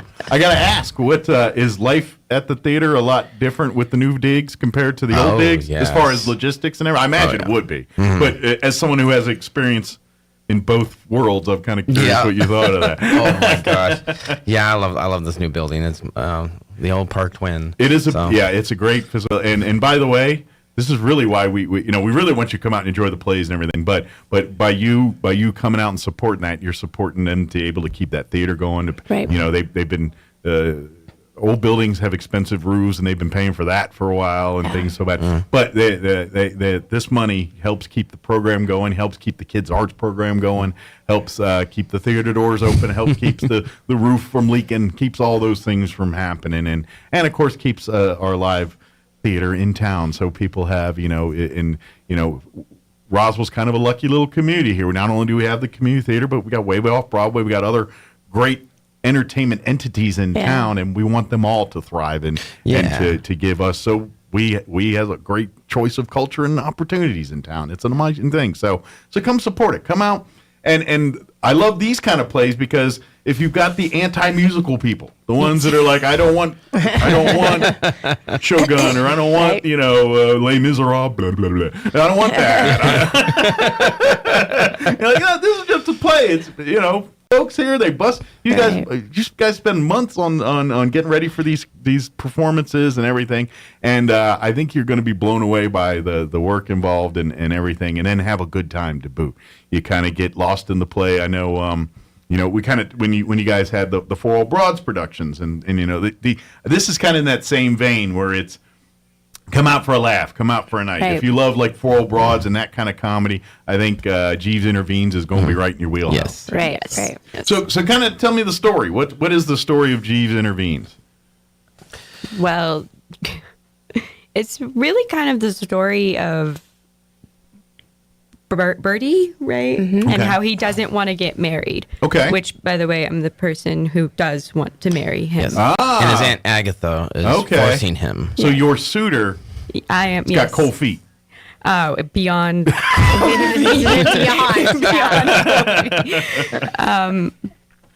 But it's really like she doesn't just want to marry him. Okay. She wants a project. Like she wants him to change him. To change him. Yeah, that never works out. Exactly. The line is mold. Mold, yes. She wants to mold. I get you. Good deal. Okay. So, and then my character, Eustace, is a buddy of Birdie's. He comes, an old school chum. Okay. Comes in and he has an uncle that's on his tail, like the ant is on Birdie's tail, and he wants me to grow up. Okay. And so I come in and I'm like, oh, I'm gonna drown myself, and then I see Gertrude and I fall in love with her. Oh. Like, instant falls in So love. a and triangle ensues. And so Jeeves. No, it's more of like a circle. Okay. it's all Eustace. Yeah, and so Jeeves, the butler, he intervenes Yes. and makes things go a So certain he's direction. kind of the savior of the day. Yes, kind he of, is. He, what a brain he is. What a brain, yeah. Using his butlering skills to de-stress the situation. Yeah, right. You know, because kind of you think about it. If you look in the history of butlers in cinema and in film and in plays and things, that's kind of the role. They're either the ones that kill people, right, or the ones that solve problems. Fix everything. Well, Jeeves is our problem solver. Jeeves is the We problem love fixer. Jeeves. Yeah. The butler did it, and in this case, he fixed it. Yeah, either got the butler did it, or you got like Batman's guy keeping his secret code. Right. That's the butler's in there. But as far as the story, is it?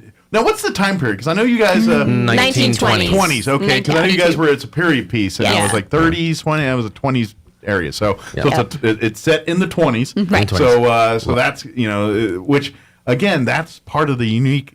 Yeah. As a troupe, it's, that's a unique problem to have, because, let's face it, for us to make us feel like in the 20s, you got to design a set and costumes that reflect that. And... It's not easy to get things from the 20s or that look like the 20s today. Right. It's a lot of recreating. It's a lot of reimagining, and things like that. So the set is a whole character in itself. Exactly. Yes. So half the battle sometimes is not just learning your lines and going through the actual story. It's the costuming, the set design, the stuff that fills in the blank so that it lets us imagine that they're sitting in the time period they're supposed to be sitting. Right.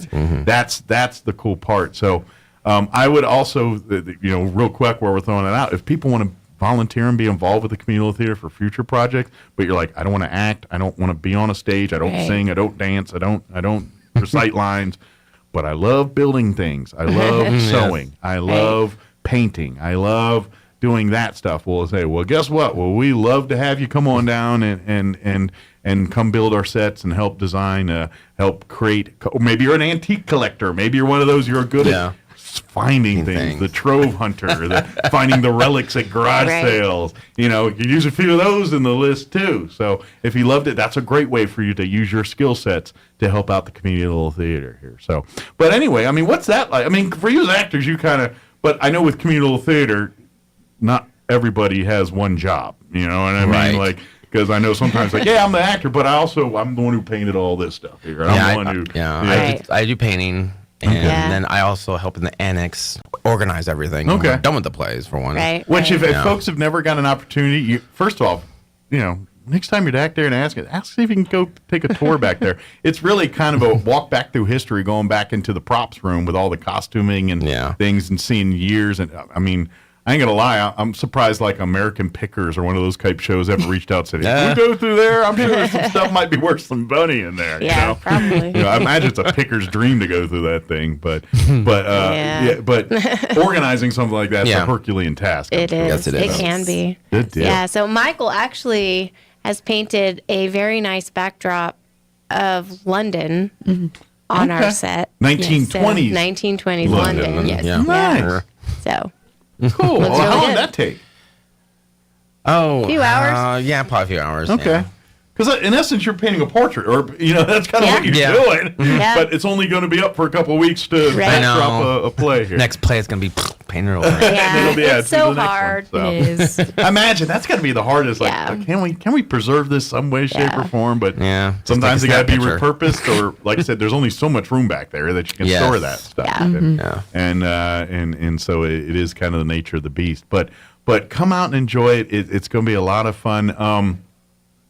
What's your? I got to ask individually. What's not without giving storyline and everything, but what's been some of your favorite parts of this particular story that you like? What's the line, or what's that kind of like? Oh, this one makes it fun for me. Is there a particular part of this that you dig the most? I don't want to give a corny answer, but the whole play. I just we're going through the play, and I'm like, that's my favorite. The whole experience. That's that's my favorite line. And everybody has. They have their lines that are hilarious. Funny lines. Yes. Golly, what can I?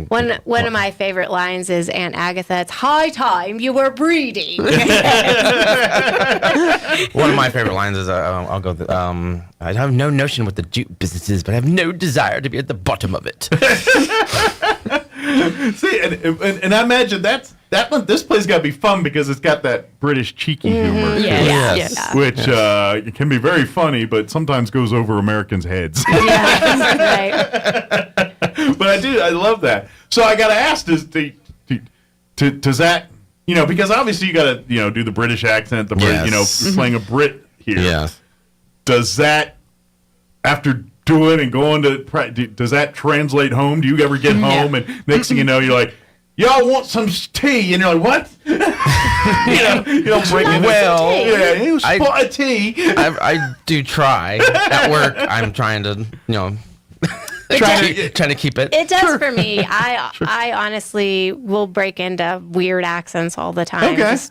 Well, that's part of why you're probably in communal theater, because that's what you love doing. The last improv show, I started. Oh wait, I'm doing a British accent. I'm doing British. All of a sudden, I didn't know if you got to, because you have your method actors, and you hear like Jared Leto. Yeah, there's a few out there that are kind of famous for it, and for those that don't know what method acting is, it's basically these people should talk with a character. They offset, onset. They are that character. The guy that did Lincoln, his name just shot out of my head. Daniel Day-Lewis. He's known for that. And when he did Lincoln, he was Lincoln. Even when he was outside of the set doing his thing, it's like Mr. President Lincoln. That's what he does. And so I didn't know. I mean, obviously, you guys have other jobs and lives, and people would be like, "What the heck is that guy doing?" I know. I spout out my lines at work, and everyone looks at me. But I imagine it's got to rub off at home sometimes. Yeah. And you just like or if you see something on TV that triggers it, you're like, "Oh yeah, here we go." Well, the lines are so great and fun to just say honestly. And that's true too. You're like, how can I incorporate these own into my personal life? How can I crowbar it into a conversation in my own life? Right. Well, I try not to give too much of the play away, so people will enact some surprises. Yeah. But if there's a humdinger line, you're like, I'm going to crowbar that into my conversation one day, and then they look at you. They're going to think I'm a genius or an idiot. I'm not sure which, but we're going with it. There's a lot, and then I think I like Birdie's line. I think one of his lines I had memorized first was, "He's rolling in the oof, the dibs, the oil of palm, the happy cabbage, the oil of palm." Talking about money. It's funny. So is it because now we're getting to we're about a week away here, so I imagine you're going to be getting into dress rehearsals and kind of you're going to start practicing that are going to look more closer like the performances on Friday or Saturday or Sunday. Does that? I'm curious. When it gets to that point, does the cast mood change, or does it stay the same? I think it does. Does it get more jovial? Does it get more stressed? Does it get like what's the, or is it a little bit of cocktail? It depends. I get more stressed no matter how well I've been doing. It depends. Like for me as the director, it depends on how well they're doing. Like if everybody is gelling really well by this point and things are going okay, like then I'm not stressed. But if come, Monday of opening week, that's usually what we call hell week. Gotcha. If things are really rough, then it's very, very stressful because it just feels like every little detail is But here's the thing that is the beauty of it. regardless of if she feels it's going smooth or it's going to kind of be a rough road, it always seems to work out in the end, doesn't it? Like that's the beauty of live theater because of the dedication of the cast and everyone that's involved. Right. Sure, we may have messed up a liner here or missed a mark here or there, but you know what? The audience didn't realize it, or we made it incorporated into the play and it worked out well, you know, and that's the real beauty of live theater is things happen. Yeah, that prop fell off the wall when it's not supposed to fall off the wall. Someone missed their mark, or someone said someone else's line when they weren't supposed to, and you know the play go on you and go with it, and then you create something new. Because I think even as you polish your character, you can add more things, like you show a certain different way, or you put more emotion into it. Sure, we're constantly finding new things. Does it like? Do you ever get to, because all of you've done a run of plays here, so you've done multiple nights. Does it? When you do a character, does your thoughts on the character evolve during those? Like how you did it Friday night opening night versus how you did it the final Sunday matinee. Like, is there a bit of an evolution of the character there for you guys, or yes, you know, I think so. Okay, yeah, definitely. Just kind of like okay. After there, I don't think he'd say it this way. I think she would say it this way, or they would say it this way, or you know what I mean. And and you have different think facial expressions, maybe, or and I definitely think too that a live audience helps create some of that. Yes, you get your pops at various spots in the performance. Because what you do in rehearsal is, you know, mostly focused on lines, and you develop your character, but really when the audience gets there and starts to react to the different things, you're like, ooh, I can do this, and I can, you know, I can stretch that out, or I can shorten it, or I can, you know, and when you play off the audience, that's one of the beauties of live theater, is that playing off the audience is really part of how it and works. You really don't see that until opening night. I mean, sure, you may have people that have seen the play multiple times with you guys doing it, watching it, directors and sound and lighting and so forth, but you know, audiences of 200 people sitting there watching you guys do a show. That's that for that particular show. That you know, so I can see what you're saying there, where it's like, okay, that got a bigger laugh than I thought. Maybe we embellish it a little bit, or they laugh harder. We didn't think they would laugh. Wait a minute. That, what? Sorry, that wasn't a joke. That was one of the serious ones. Or you didn't laugh earlier. That was a joke. So they laugh at something you didn't think, and so you just throw in an extra, you know, little like knowing look or something, you know, and then it gets more laughs. Sure. It's kind of like, don't go over your head here. You know, but I can see that. That's probably part of the fun nuances for you as the actors and creating that too. And then every audience is different. Absolutely. Yeah, imagine you get a more lively audience one night, and then maybe you know, depending on, you know, I don't know, is there have you guys noticed a pattern on that? Like Friday nights are always funnier than Sundays, or is there a pattern? I kind of notice on Sundays the audiences are a little bit more tired. Okay. But I don't know what it's during the day, man. Some probably just got out of church. Yeah. Depends if they let them go to lunch first before they went to the play. You know, those factors. I don't know. I mean, I've had some really good audiences on Sunday that were very responsive and very lively. So I don't know. I don't know that there's really a. It just depends on the mood that particular day. I guess. Yeah. Peg that. How the what's going on and what people are feeling, and you know, maybe it's a full moon or something. Who knows? Like, my wife swears that with kids. On days at the wind or whatever, she goes, "Oh, whenever it's bad weather, I don't know, something in their brain turns them wild compared to normal days." Maybe there's something to that. Yeah, let's hope the wind's not blowing. That's right. It is March. It is. And it is southeast New Mexico. It's kind of a tall ask. Okay. But again, come out. We'd love to have everyone come out and check out the newest show here for the Roswell Community Theater, Jeeves Intervenes. Good news is, you got a week to get your posse together to decide who's going for opening night here. But go to RoswellTheater.com, get your tickets. That's Roswell Theater, TheAtre, not ER like a movie theater, but RE like live theater.com.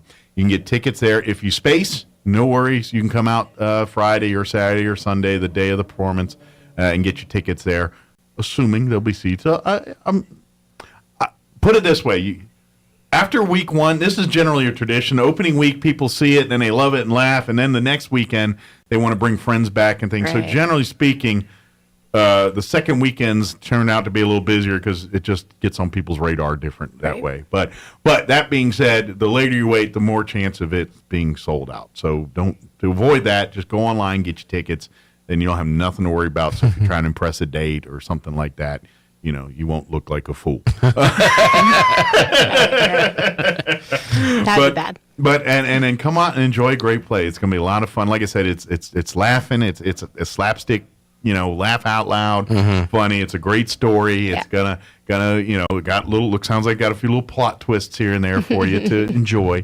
And just come out and have a good time and enjoy live theater and support the folks that have been doing this hard. And by the way, are they still going with? I think right now they're in the middle of their performance at Way Off Broadway over at They open tomorrow. That's right. Yeah, So get out this weekend and go see Matilda with them out at the ENMUR Performance Arts Center there. Right. That's where they do their shows. Support them too. And then next weekend, come on out and check out Ask Jeeves. I imagine you guys will probably be going out this weekend to check out Matilda. So that because they do a great job too. So support all of this in town. Support the arts. We have a great. It's important. We have a weirdly unique, awesome community. We're a town of 50,000 on an island.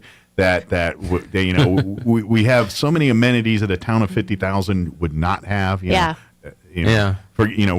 to mention, we're talking about the not one but two theater troops in town. Yeah. The music scene here is amazing. Yeah. Not to mention, we have an airport, a jail, things that places like this don't have, and so it's just a unique situation. It is. So take advantage of it. Yeah. Enjoy it. Because guess what? If you go to a town this size in a more populated area, you're not going to have this many things to do. You're just not. You're not going to have museums to go to. Can't say there's nothing to do anymore. Yeah. Right. We used to a say all zoo the to go time. to. Right. Or, There's nothing to do. There's lots to do in Roswell. Lots to do here. Yes. And of course, if you're one of the lucky few that got to go to the immersive dinner this Saturday, don't forget, what time do they got to be there and everything on Saturday? I believe doors open at 6:30. Okay, so be there. And if you've got tickets, if you're one of those lucky ones, dress in costume, 1920s. Yeah, put on your 20s piece. Fill it. Absolutely. Yeah. Come in character. And the worst thing, and the best thing about that is if you spill chicken on it or something, you're probably not going to wear that anytime soon. So it's not a big deal. You can take the cleaners and put it off, unless you're just like wearing 20s attire all the time. Get your fedora out. Exactly. Of course, if you get chicken up there, you're not eating properly. I feel like you got to learn some eating habits if you're getting stuff up here. Very good. Is there anything we missed? Any information that we wanted to tell or get out there that we just spaced on? I think you've got it. We do have improv coming up at the end of March. Right. Okay. Because you do it once a quarter here. So March 24th. So we'll remind folks as we get a little close to that event. But please make plans to attend. If you love the show, Whose Line Is It Anyway? Yeah. Think of that a live performance version of that. Right. You have a moderator. They have the your panel of actors, comedians, and then you get audience participation with plans, ideas. Give me a name of a business or give me a profession. And they go from there, and it's a lot of fun.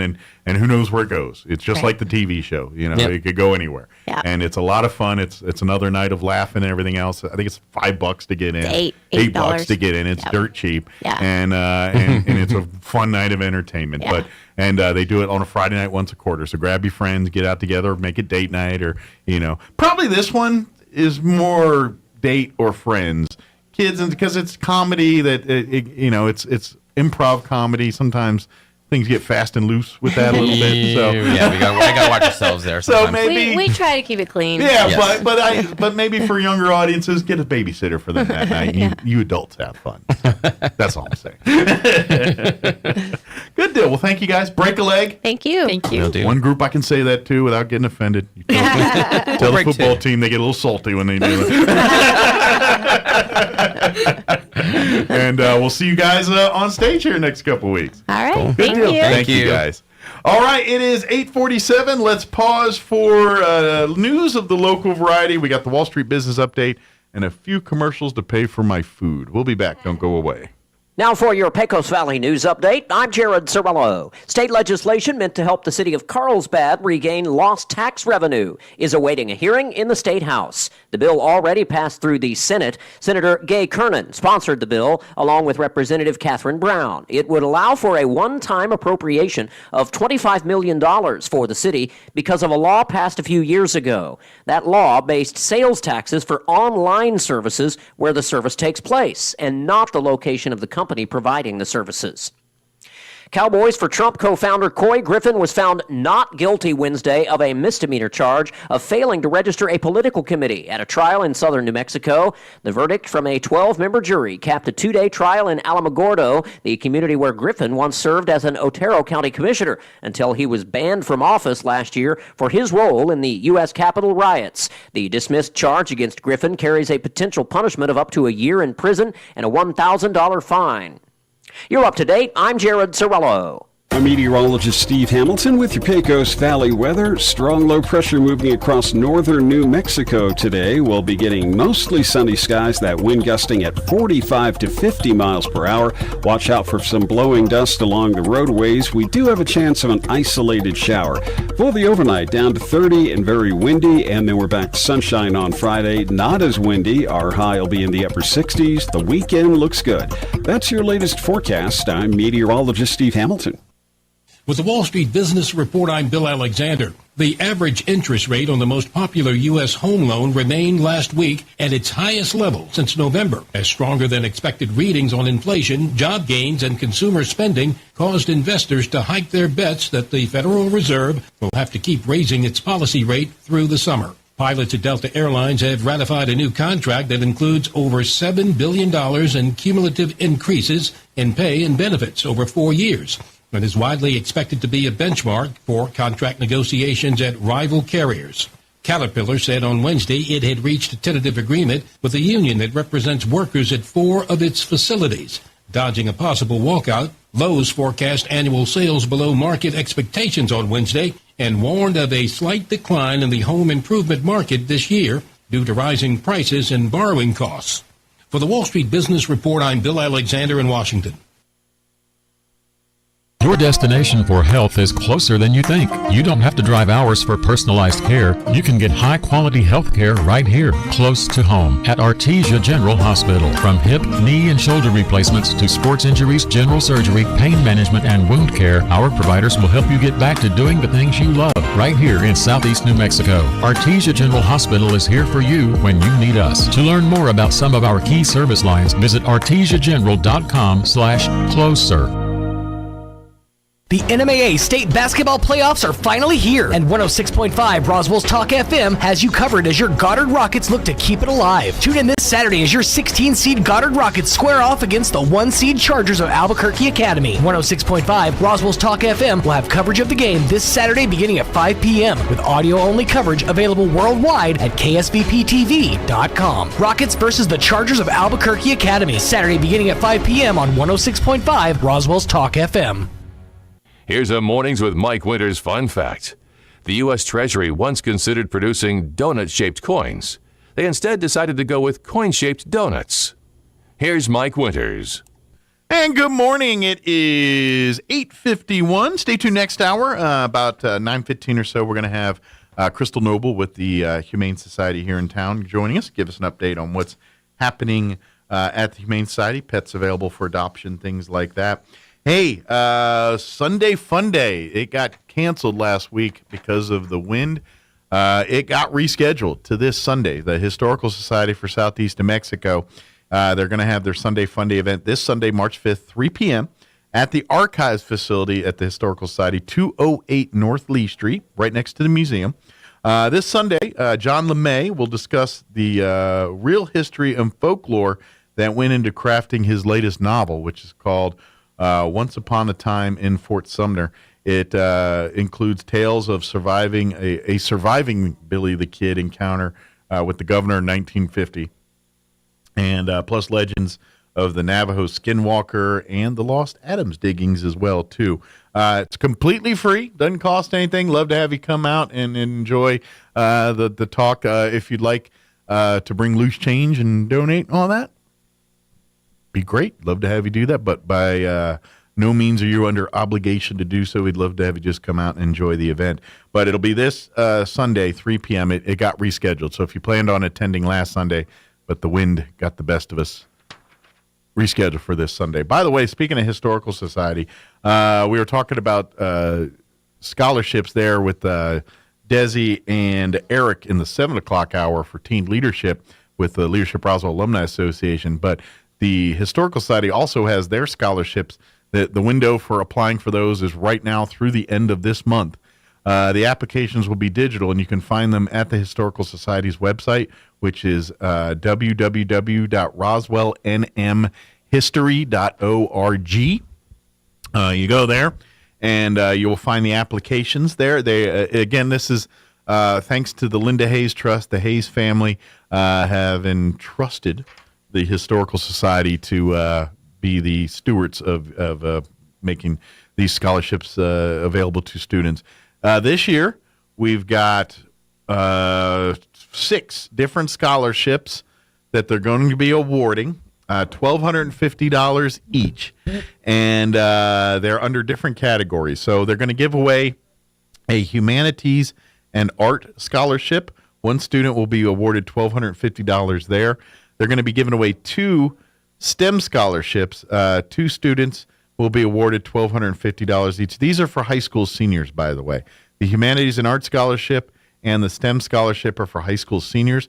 Also, the Character Scholarship, 2 students will be awarded $1,250 each based on their essay on character.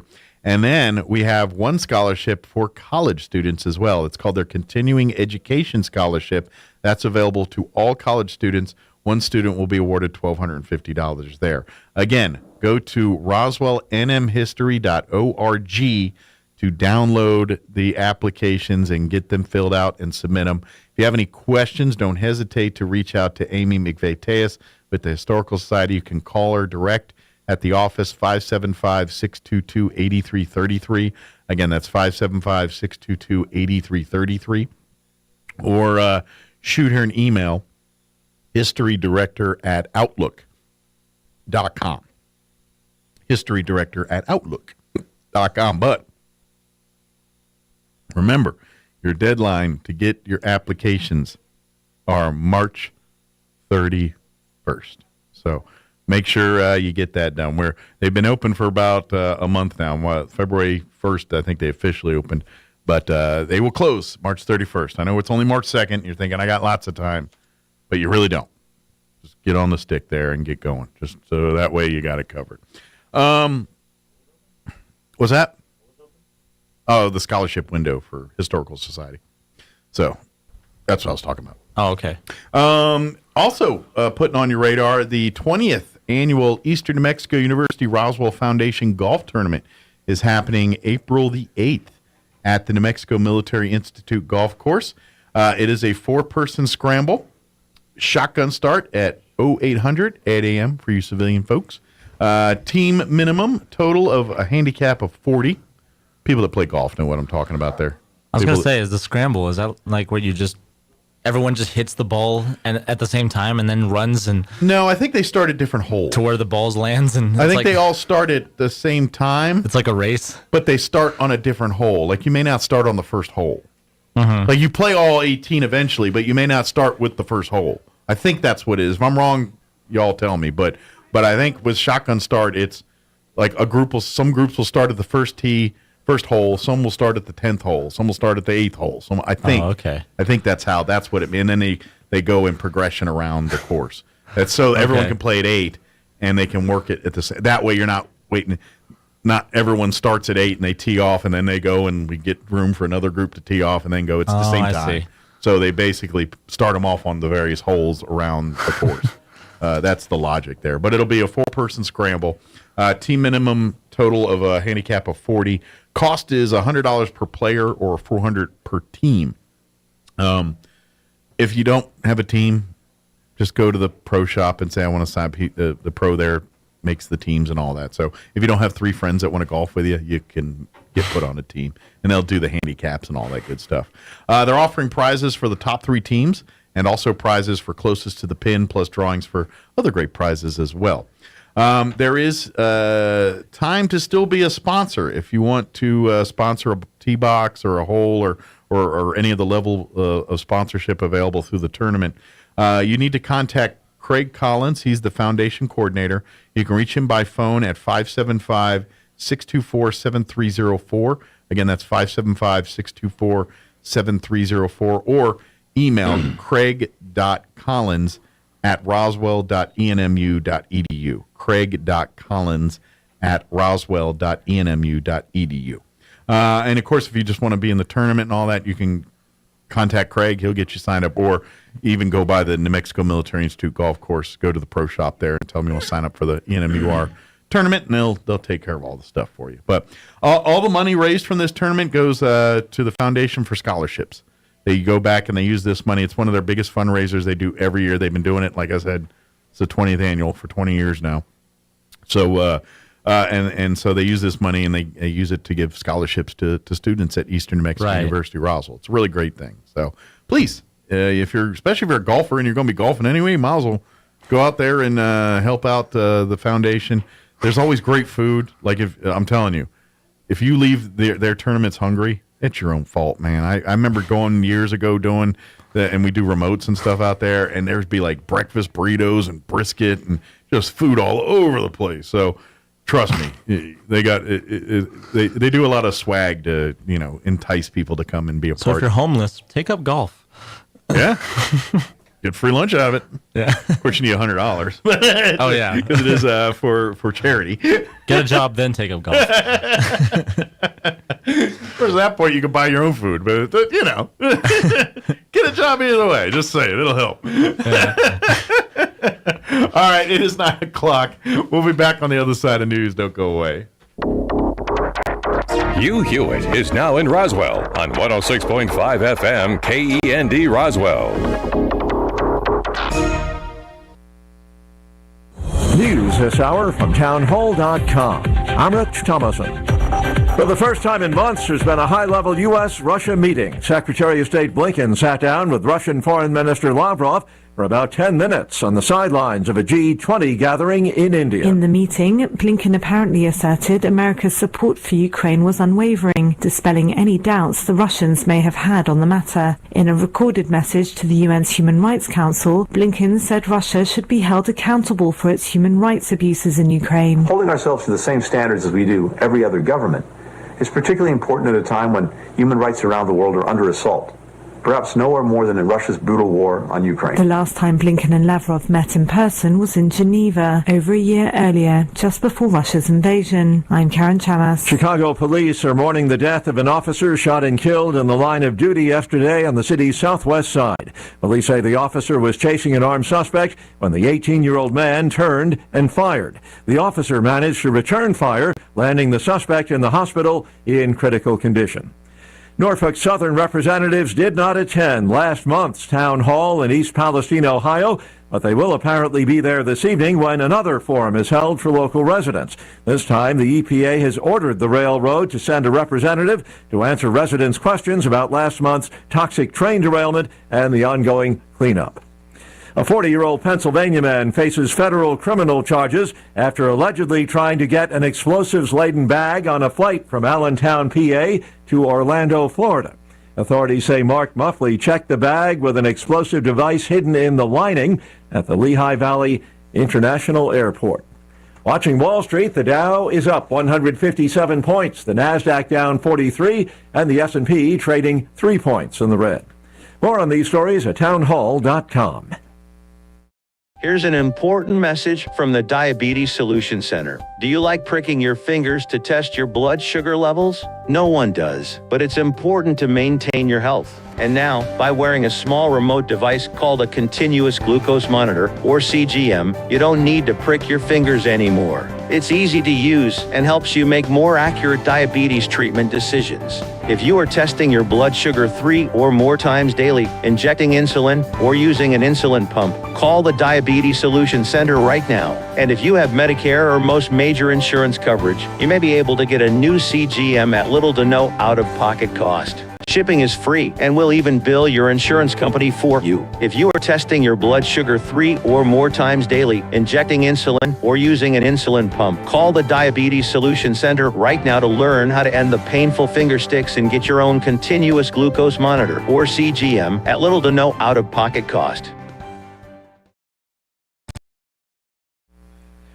The Biden administration has released details of an expanded cybersecurity strategy. A new White House fact sheet says the world's complex threat environment demands a more intentional, more coordinated, and well-resourced approach to cyber defense. After a spate of ransomware attacks, including the one that paralyzed a fuel pipeline, the Biden administration plans to expand minimum cybersecurity safeguards and work with Congress on legislation that would impose legal liability on software makers whose products fail to meet those minimums. The strategy document says their goal is to make malicious actors incapable of mounting sustained cyber-enabled campaigns that would threaten national security or public safety of the United States. Jennifer King, Washington. Rescuers using heavy equipment are searching the wreckage of trains involved in a deadly collision that sent Greece into national mourning and has prompted strikes and protests over rail safety.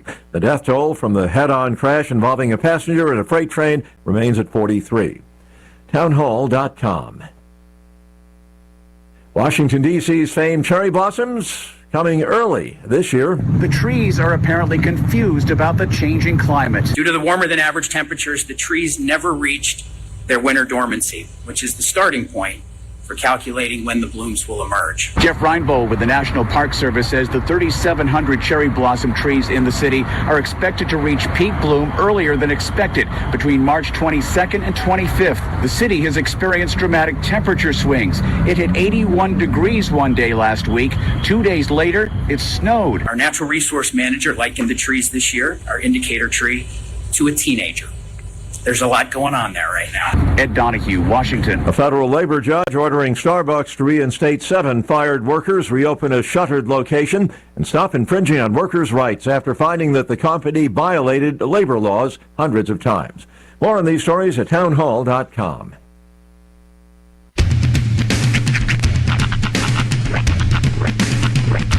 What in the wide, wide world of sports is going on here?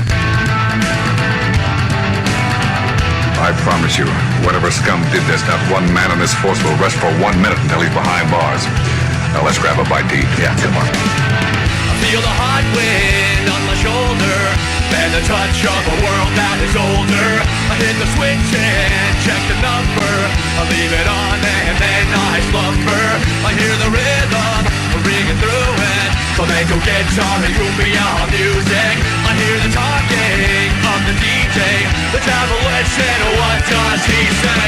I'm on a Mexican radio. I'm on a Mexican radio. Broadcasting live from high atop the J.P. White Building in downtown Roswell, New Mexico. It's Mornings with Mike Winters on 106.5 Roswell's Talk FM. Is that what I sound like when I talk? Now, here's your host, Mike Winters. And good morning. It is 6 minutes after 9 o'clock. Welcome to hour number 3. Trace and Viernes. Good mornings with Mike Winters, right here on 106.5 of Roswell's Talk FM. Happy Thursday. Welcome to, what is it called? Read Across America Day? Read Across America, That's the official term of it today. Hence my Dr. Seuss shirt. It's funny. Sometimes I wish they'd bring back, the things of a bygone era. But when I was a kid, I think maybe when Krista was a kid, we had this program called Book It. Okay. Book It was amazing because Book It was basically the National Education Association teamed up with Pizza Hut. Oh, and you got pizzas You free got book? free. The introduction for the personal pan pizza in my life is because of the Book It program. I read so many books just in an effort to get free pizza. And that's why that whole generation of kids got diabetes. Hey, but we're great readers, all right? Nothing we like more than sitting down with a tub full of snacks and reading a book. Man, we're good at reading our insulin bottles.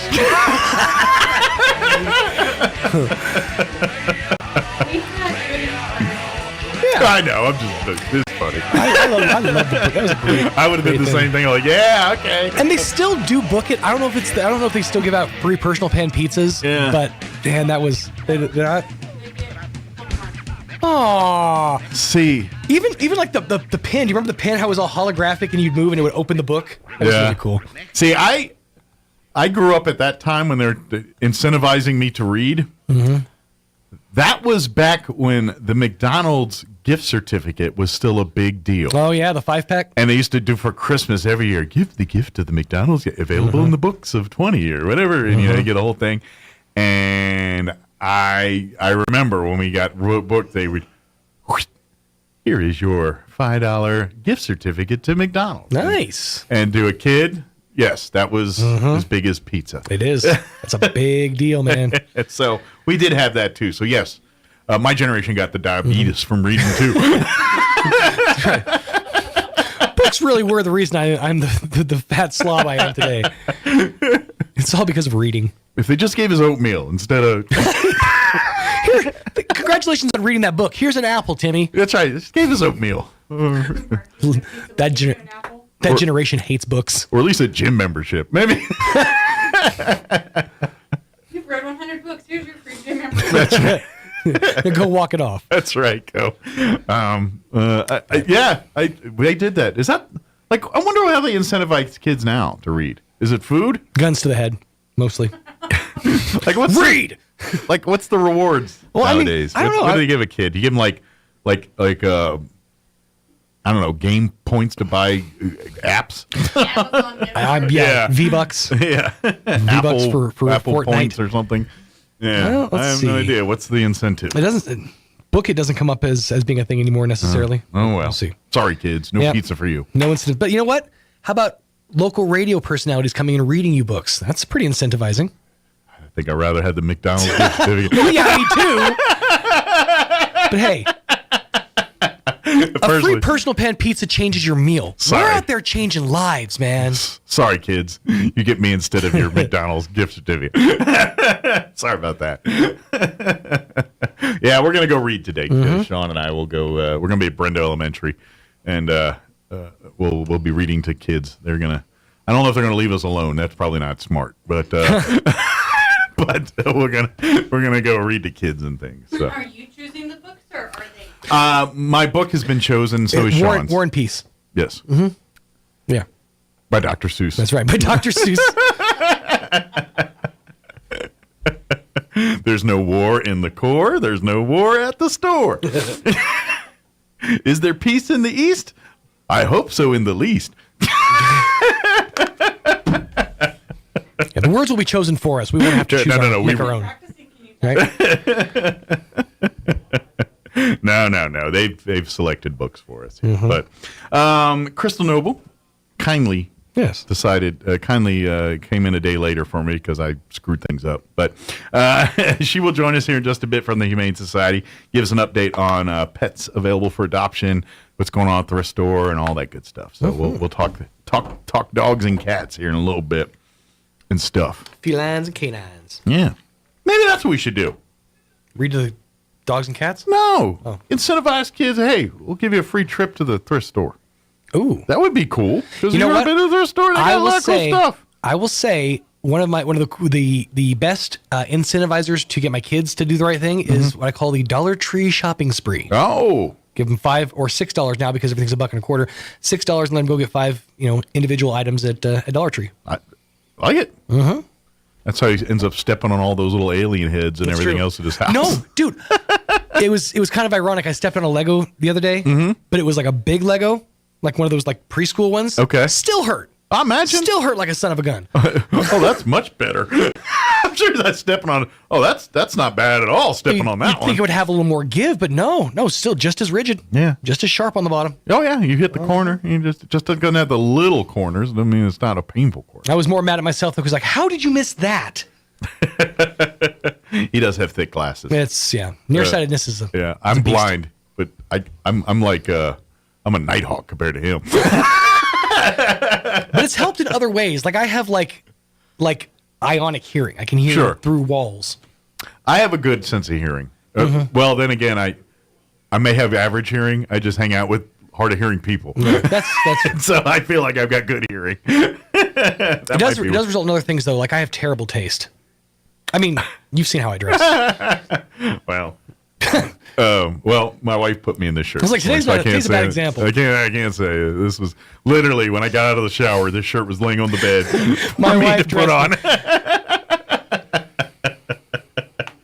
Yeah, that's exactly what happened this morning. So I'm just glad I didn't wear my FB's Get Money shirt. Yeah, probably not the best shirt to wear. Probably not the best one. In elementary school. It is 13 minutes after 9 o'clock. Let's go ahead and get you up to date on the weather. It's going to be windy and all that. So, I'm not supposed to say that. Sorry. Allegedly. I'm meteorologist Steve Hamilton with your Pecos Valley weather. Strong low pressure moving across northern New Mexico today. We'll be getting mostly sunny skies, that wind gusting at 45 to 50 miles per hour. Watch out for some blowing dust along the roadways. We do have a chance of an isolated shower. For the overnight, down to 30 and very windy, and then we're back to sunshine on Friday. Not as windy. Our high will be in the upper 60s. The weekend looks good. That's your latest forecast. I'm meteorologist Steve Hamilton. Thank you, Steve. Currently 48 degrees here in Roswell. Humidity is at 22%. Winds currently out of the south at 8 miles per hour. We do have a red flag warning in effect right now through 8 p.m. this evening. Also in effect, officially, the high wind warning. That went in here about 15 minutes ago. That will remain in effect through 6 p.m. this evening. Patchy blowing dust this morning after 11. Mostly sunny. High of 56, so a little cooler than yesterday. Winds will be breezy out of the south, 15 to 20. This afternoon, shifting to the west and increasing 20 to 25 miles per hour. Could see wind gusts as high as 35 miles per hour later today. Mostly cloudy tonight, gradually becoming clear with an overnight low of 29 degrees. Winds will be blustery out of the southwest, 20 to 25. They'll drop down 10 to 15 after midnight. For your Friday, things warm back up. Sunny skies, highs near 70. 69 officially with southwest winds 10 to 15.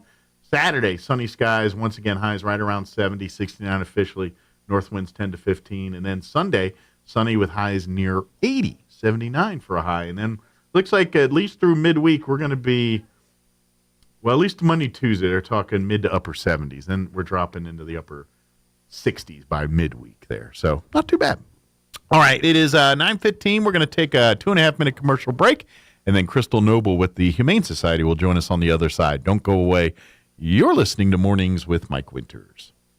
The NMAA state basketball playoffs are finally here, and 106.5 Roswell's Talk FM has you covered as your Goddard Rockets look to keep it alive. Tune in this Saturday as your 16-seed Goddard Rockets square off against the 1-seed Chargers of Albuquerque Academy. 106.5 Roswell's Talk FM will have coverage of the game this Saturday beginning at 5 p.m. with audio-only coverage available worldwide at ksbptv.com. Rockets versus the Chargers of Albuquerque Academy, Saturday beginning at 5 p.m. on 106.5 Roswell's Talk FM. You've heard of a Four Seasons room, but have you heard of a Four Seasons window? Jennifer here from Trustmark Roofing and Windows. It might surprise you to learn many windows are built to handle only the cold or only the heat, but not both. In Southeast New Mexico, one or the other doesn't cut it.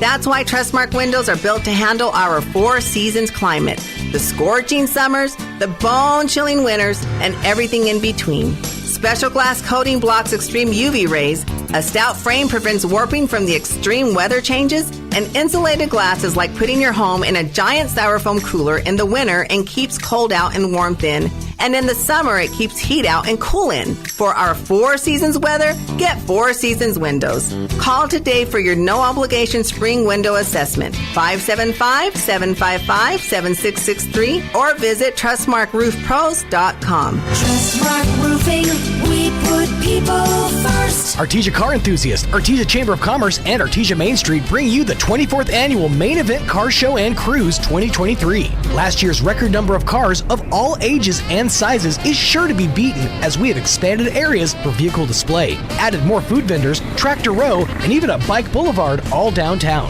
We kick things off Friday, March 31st at 6 p.m. for the Main Street Cruise from Bulldog Bowl to 2nd Street and back.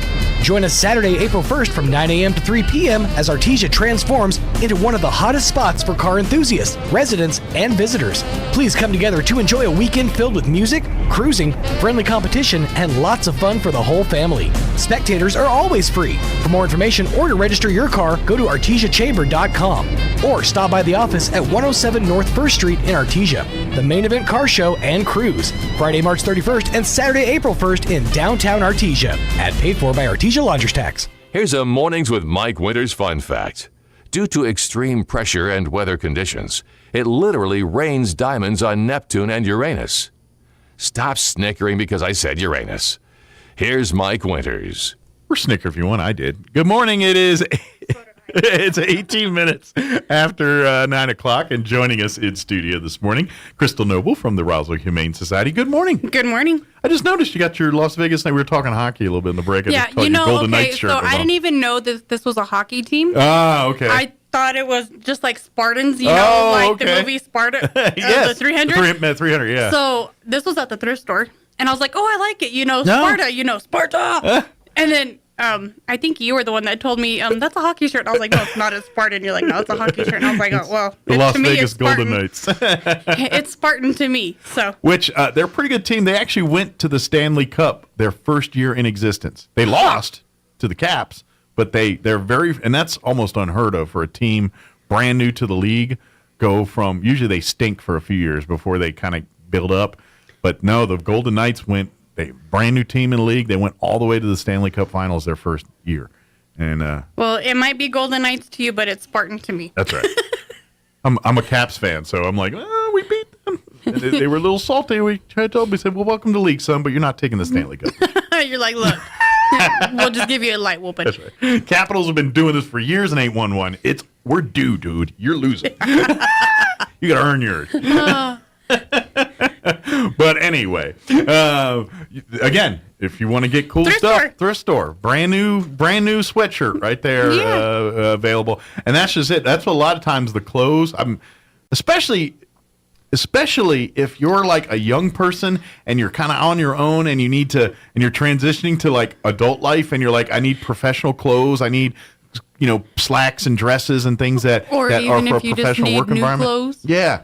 Don't go too new. Go to the thrift store, buy your shirts and dresses, pay, you can get really, really nice, high quality stuff, pay pennies on the dollar for it, and then when you get a few paychecks and can earn your own new stuff, then you can go buy it. But they have a pair of Timberland boots. They're brand new in the box.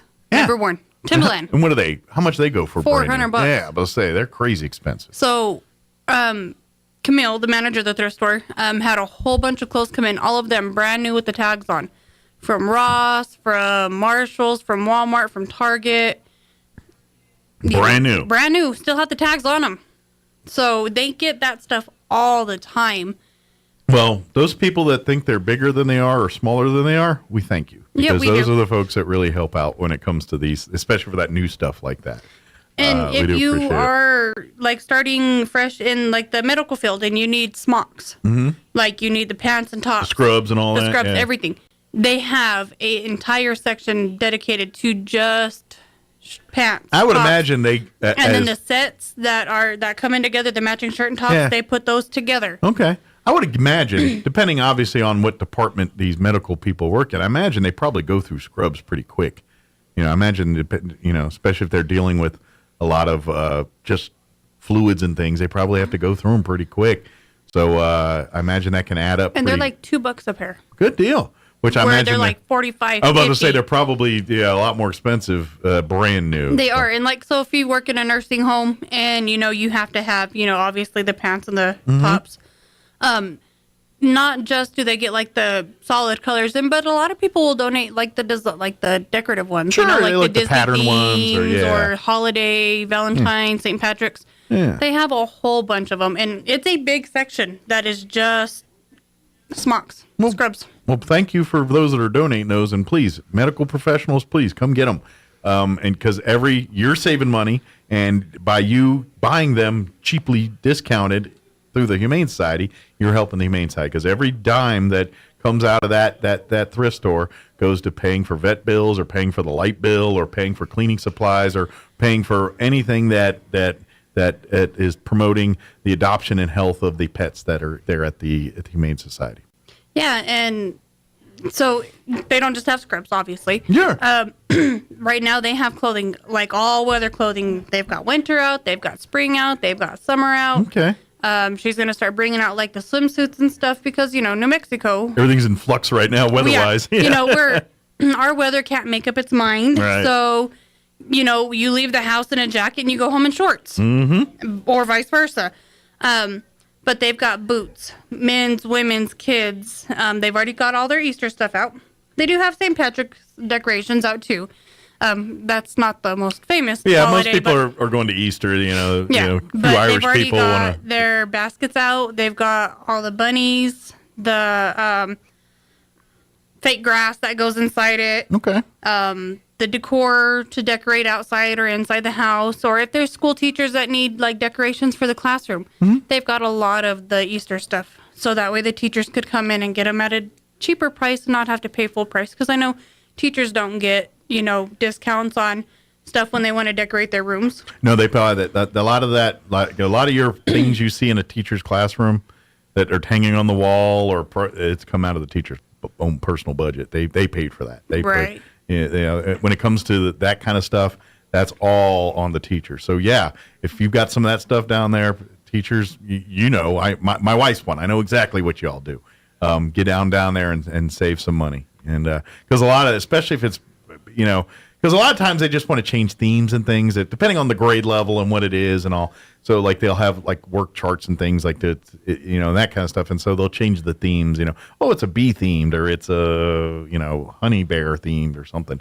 And so sometimes you just want to freshen it up. And so that can get expensive after a while. So it can. Come down and let the thrift store save you some money doing that. Talking about people moving out on their own, becoming young adults. Mm-hmm. If you need some couches or a couch and love seat, they have a very nice set. It's brown. It's a actual couch and a love seat. Okay. And they have it for $150 for the pair. Wow. Yeah. You'd be lucky to get one of those for a half that price. Right. That's amazing. And it's in good shape and everything? Very good shape. That's amazing. Yeah, I don't think that'll last too long. You might want to, they're going to open here in about 30 minutes. You might want to be on the horn if you want to get that one.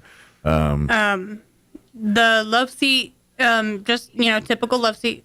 The couch is one extra cushion, so they're not huge. So if you have a small apartment or something, they would fit in there very nicely. But yeah, and $150 for seating for five normal, and if you want to crowbar 6 more people on there, I've seen couches. Or if you have a whole bunch of skinny people. Right, and you get 5 on there. Yeah. But yeah, that's a great deal. And again, you're helping out the Humane Society. So, and conversely, if you're out there listening and you want to donate some of these items, especially stuff that's like that, we'd love to take it. Call ahead so you can make arrangements. Or especially call for us to go pick it up. Yeah, they'll even come get it. Yeah, but sometimes there's only a limited amount of space for storage stuff. So if it's something big, unless we know we can sell quick, we're kind of like, well, can you hold on till we got more room? Do we make let me make some room? Yeah. Hey, we got Easter stuff. Let me get rid of some of that here, and then we'll have some room to bring your bed in or your couch or whatever. So. And also for teachers,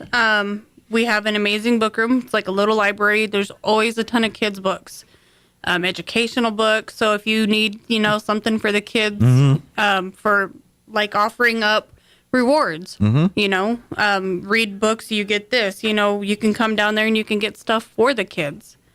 I know too, and I'm not sure if this, I know years, I'm not sure, I'm guessing it's still the case. Like my wife's classroom, they had what's called their AR books. These are books that they have like a rack of these books, and they're all color coded by level and things. And so the kids have to read them and they do reports on them and stuff. So, but a lot of times that's the teachers going and buying those books and bringing them to the classroom. So if you have that situation and you need some of those books to add to your library for the kids to read, that they can help you out there. Yeah, we get a lot of that stuff. A lot of teachers, like I retired and I don't need all of this stuff. So they donate it for, kids to get, teachers to get. We have a lot of books. Our book room is very organized now. It was remodeled and dedicated to Joan, the lady who used to who started it, actually. She was kind of the librarian of She the was book. like, that was her passion. You know, she never wanted to be a librarian professionally because if it was work, it wasn't passion. Right. So she did it as a passion, and it was like a little library. So they did some remodeling in it, and now it's actually a library. Cool. So you've got your fiction, your nonfiction, your romance, your history, your religion, your cookbooks, children's books. Organized into navigation, It making is. it a little easier to navigate. It through there. is. Yeah. And this week, if you like to read the romance books, all romance books are going to be half off. Okay. So if you see a picture of Fabio on the cover, half off. Yeah, already very cheap, but it's half off a cheaper. I don't know if Fabio's So- still doing covers for romance novels. He's a little long in the tooth now, but Yeah, I don't know.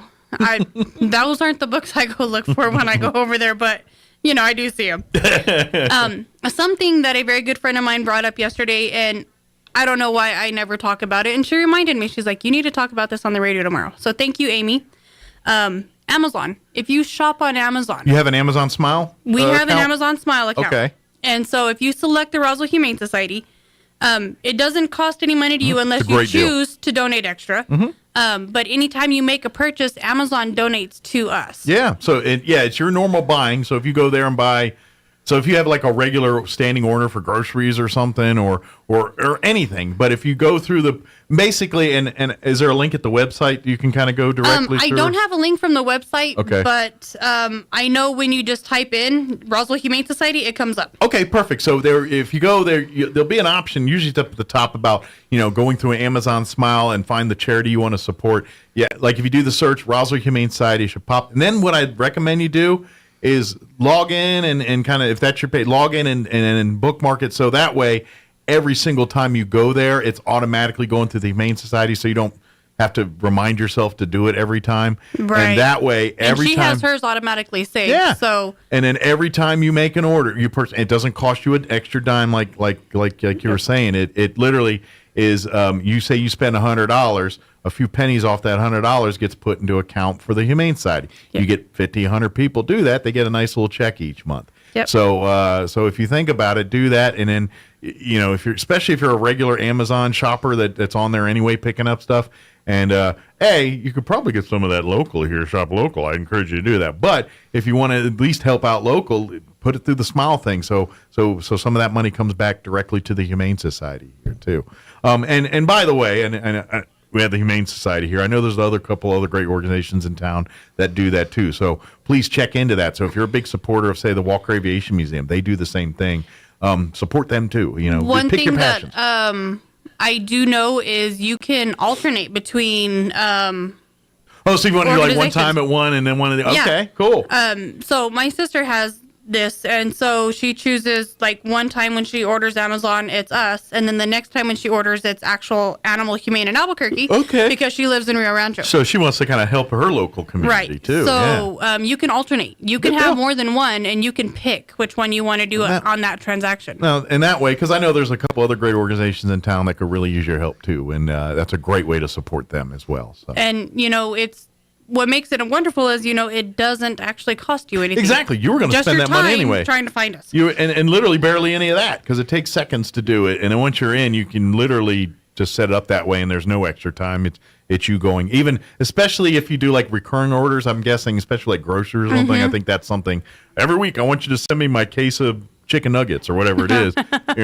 I need my Amazon chicken nuggets. Right? Whatever. That way you can set up so every time that order comes out, a percentage of that goes back to the Humane Society. So, and the more you do it, the more you spend, the bigger the percentage is. But and like I said, it could be just a few pennies. No one knows, but if you get enough people doing that, then each month the Humane Society gets a couple $100 a month check, and they can use that towards. That helps tremendously. And we actually have an Amazon account because there are some things that, we can't get locally that we do need. And we order from Amazon. So, when we get the Amazon Smile, it just helps us to be able to order things through Amazon that we need. Yeah, absolutely. So, again, another way to help out. So, if you can't make it to the thrift store to do some shopping and you got to shop online for something, use the Smile tab. Yeah. And if you don't, I'm sure, Crystal, if you call the Humane Society and you're having a little trouble like, hey, I want to do this, call, and I'm sure they can help you kind of navigate through it, especially if you're not computer savvy or something. We do it quite often. We actually do that quite often. Yeah. How do I do this on your website? You just go to this button. Okay, now go to this button. Now click that button. Yeah. So if you are a little computer unsavvy, then they can help you navigate through that too. Yeah. Speaking of the website, check out RoswellHumane.org. Yes. I know you guys have been doing some work on it over the last several months and things. What's really bad is, we get it updated and we get it nice and good, and then GoDaddy has had a couple of glitches, so it set it back. 2 steps forward, 3 steps back some days, yeah. And then with all the high wind that we've had recently, our internet has been not good. Gotcha. So when we're trying to upload the website and update it, it's just not cooperating with the internet. So it's not 100% updated. It's about 90% updated. Okay. But you can go there. You can see pets that are calling the Humane Society home right now. Every pet that you see on the website is at the Humane Society. If you do see not available, that means they're in quarantine because of weight or they're waiting on shots or something. There's a reason they're not available, but they will be as soon as they're done that process. And there are several of them that just came out of quarantine yesterday. Oh, good. That on the website it still says not available because we can't get it to right, because the internet's not your friend. Yeah, it's not our friend right now. Not in the windy season, apparently. But we do have a lot of little dogs that just came out of quarantine. Mm-hmm. So if you're looking for a smaller dog, I know we haven't had a ton of them recently, but we do have some now. Okay. We have a couple of wire-tailed terriers. We have a couple of pug chihuahua mixes. Some dachshund chihuahua mixes. Okay. We have a little dog. We named her Penny, but her nickname is Potato because she's as round as a spud potato. She's probably pug dachshund mix. Okay. She's got the littlest legs. She's not even bigger than my phone. Oh, wow. And she's just a ball of energy.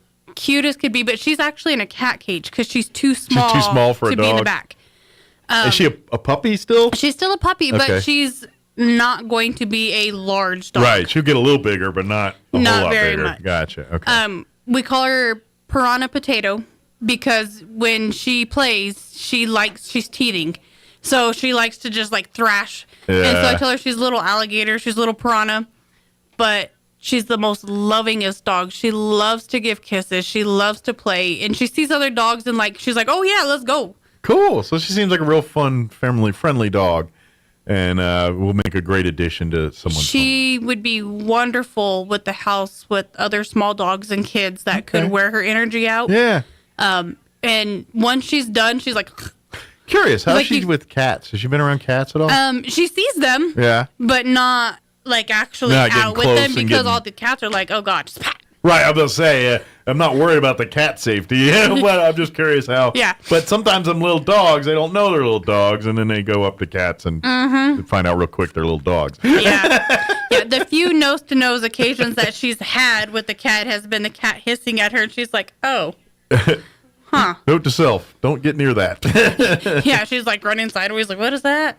Yeah. But she's funny. She's super funny. You see all the videos on TV or on YouTube and TikTok and stuff where the dogs are running and then they just crash asleep.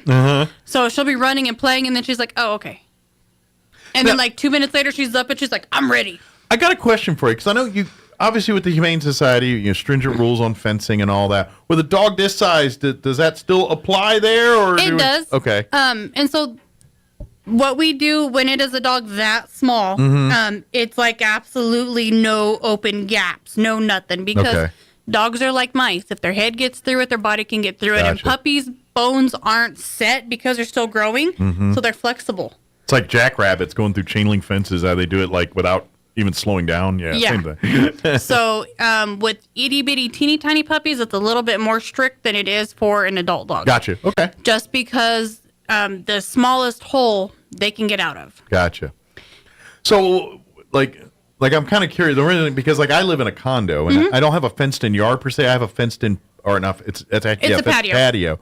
But a dog that size would probably be okay there because it doesn't need a big yard to run around in. That little patio is more than enough to and keep so them. With smaller dogs, if you're in an apartment that has a patio off of the back of the apartment or condo, that's fine.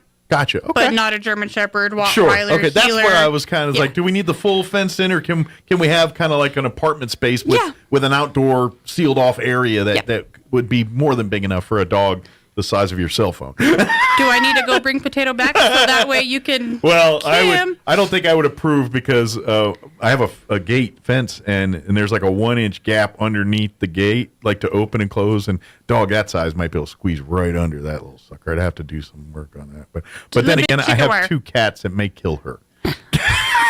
I don't know. That would be my other problem. Or they might kill you in your sleep. Yeah. What I don't know. did you bring home? I don't know how many friends I would make at home if I brought her. That would be the only. I have been very persistent, and my husband has been even more persistent about having another small dog in the house. And so I finally broke down, and we have a small dog in the house. Nice. Well, we named her Honeybee because she's cute and sweet, but when she sees the other dog, she's like a little bee, and she snaps at him. And our dogs are just like, oh, she wants to play, and she's like, I want to shred you.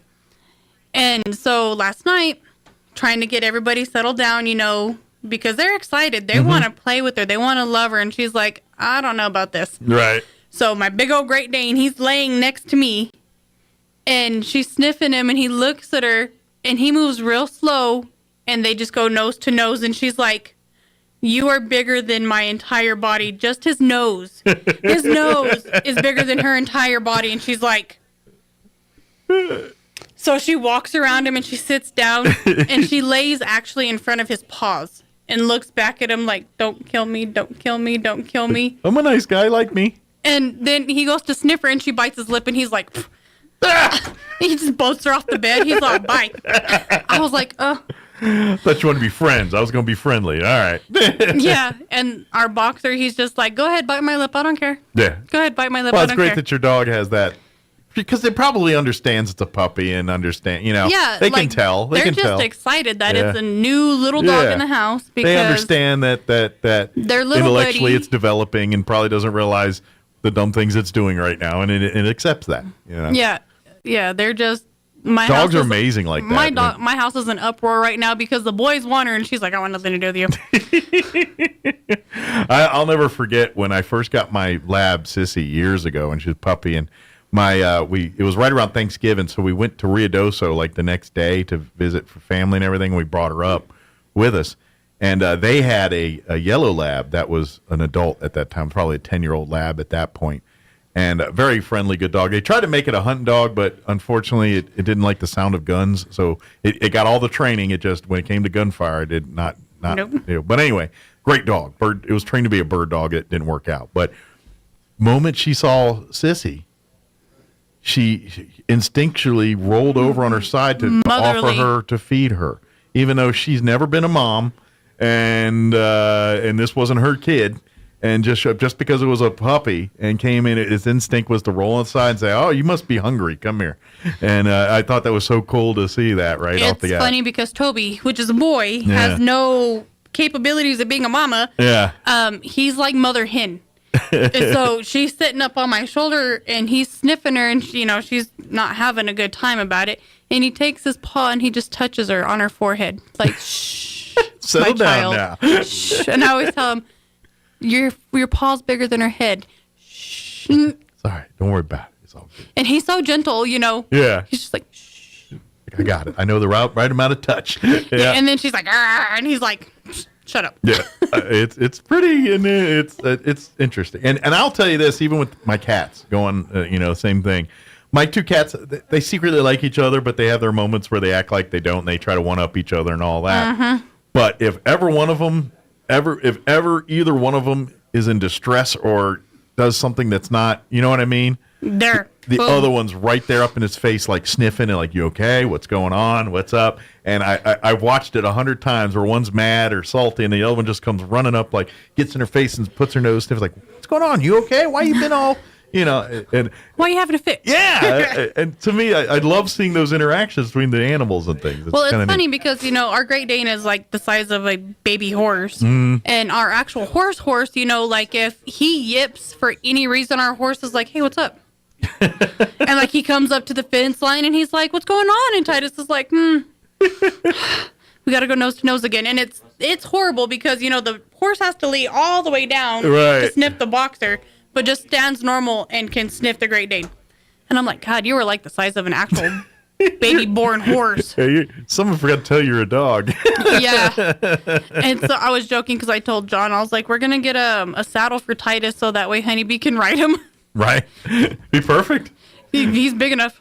That'd be a great TikTok video too. You could go viral with that one. So, but well, let's talk a little bit about other than our tiny little friend. What are some of the other pets that are available right now? We have Xena finally got adopted. Oh, good. Yeah.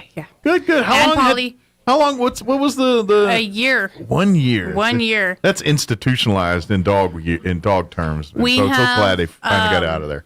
Our current longest resident there now is Sissy, and then after that is Jose. Okay. And they are both around 8 months of Okay. being there at the shelter. And what kind of dogs are Sissy and Jose? Sissy is a boxer mix. Okay. She's brindle and white, and then Jose is a black lab mixed with probably pit. Okay. He is shy upon first meeting, but after that, he's perfect. I owned a lab pit mix. Smartest, loving dog I've ever He owned. loves to go for walks at the park now.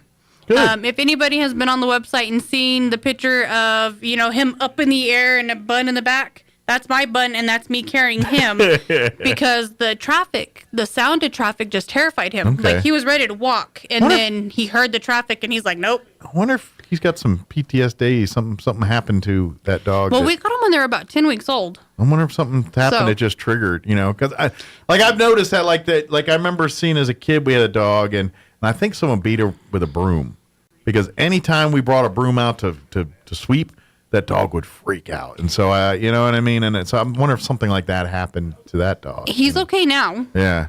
He's like not, gonna run up to a car. Sure. But you can tell there's some angst there and some tension. But once he sees the harness, he knows it's go time, and he becomes this big old happy dog. And he's like, all right. He put the harness on him, and he's like, let's go. I'll show you where the park is. Nice. And he loves to be at the park. He loves to go by the playground equipment, and like he loves the smell of kids.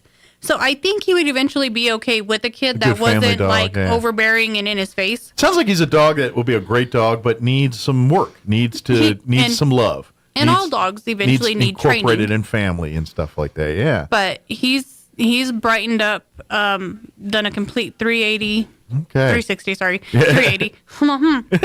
Round and round and round. We're going to go twice on that. And all I'm saying, I may be a little biased, but the lab pit, that mix I had in labs, they're amazing family dogs. They're great. They're very intelligent. They're very And it's protective. funny, you They're get great two dogs.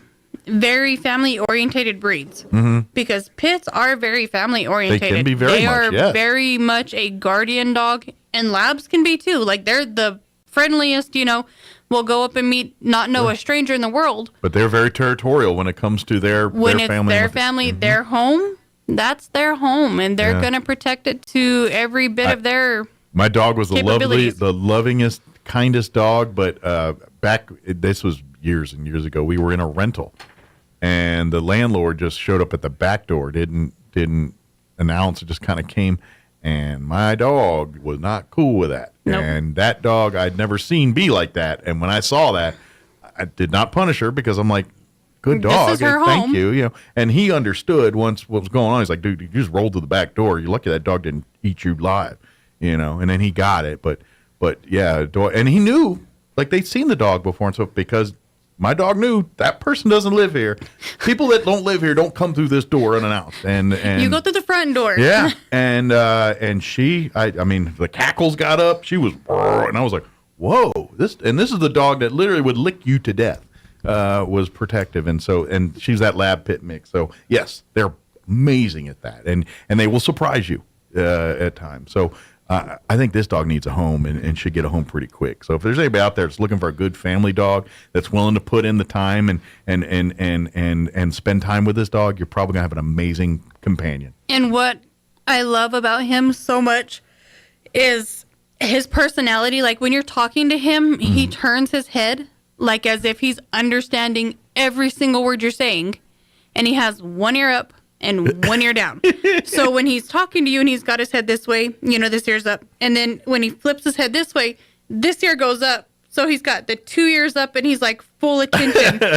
Well, I wonder if he's accessing the other part of his brain for whatever you're trying to comprehend, like, what he's trying to tell you. Yeah, it's like, let me get the critical thinking side going here. But he's very treat motivated. He learns very quickly. He does no sit.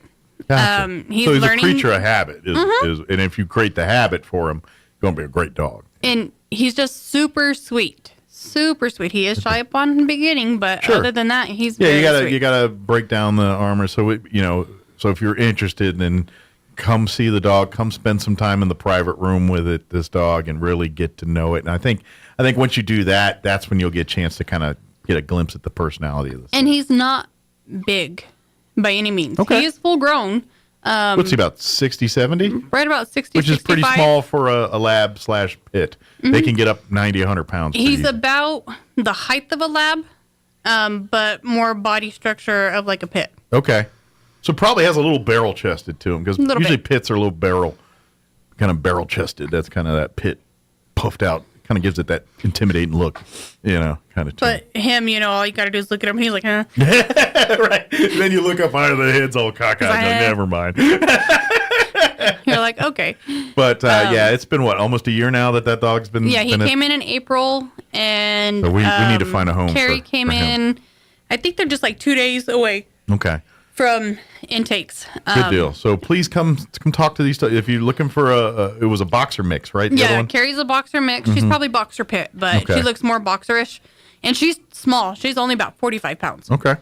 She loves to go for walks too. She's very energetic, very sweet. And I know a lot of people like the boxer type dogs, and there's a little bit more healthcare.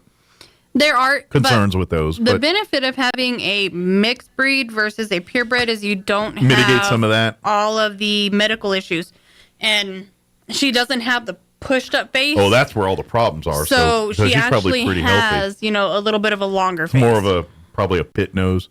Okay, well that dog will probably not have some of those issues that bulldogs have then. No, and she's every bit of a year and a half old. Okay. Not very old. So she's basically a puppy. Still in a full grown body. Mm-hmm. And which means probably full of energy, full of fun, going to be a great person. And once the dog, she learns your routine and your patterns and kind of lines up that you're going to have an amazing companion again. Another dog that, and unless you've been there, done that, it's kind of hard to explain it. And, so I hope if you're looking for that, maybe you're looking for something in your life that, I think you're missing something and you don't know what it is. Yeah. Let us put that piece in your life. I think own a pet, as long as you've got the ability to do it, I think you'll find it a very rewarding experience for whether you're a family to, or maybe you live in single and you're looking for, retired or young and looking for love. And you're like, I'm in my first apartment by myself. I need a companion. Come. You don't want to commit to another human being, so commit to an animal. There you go. Come adopt a cat. You know what? And I don't care what anybody says. I know there's cat people and dog people. I was born a dog person. I've, as an adult, been exposed to cats, and now I love them all equally.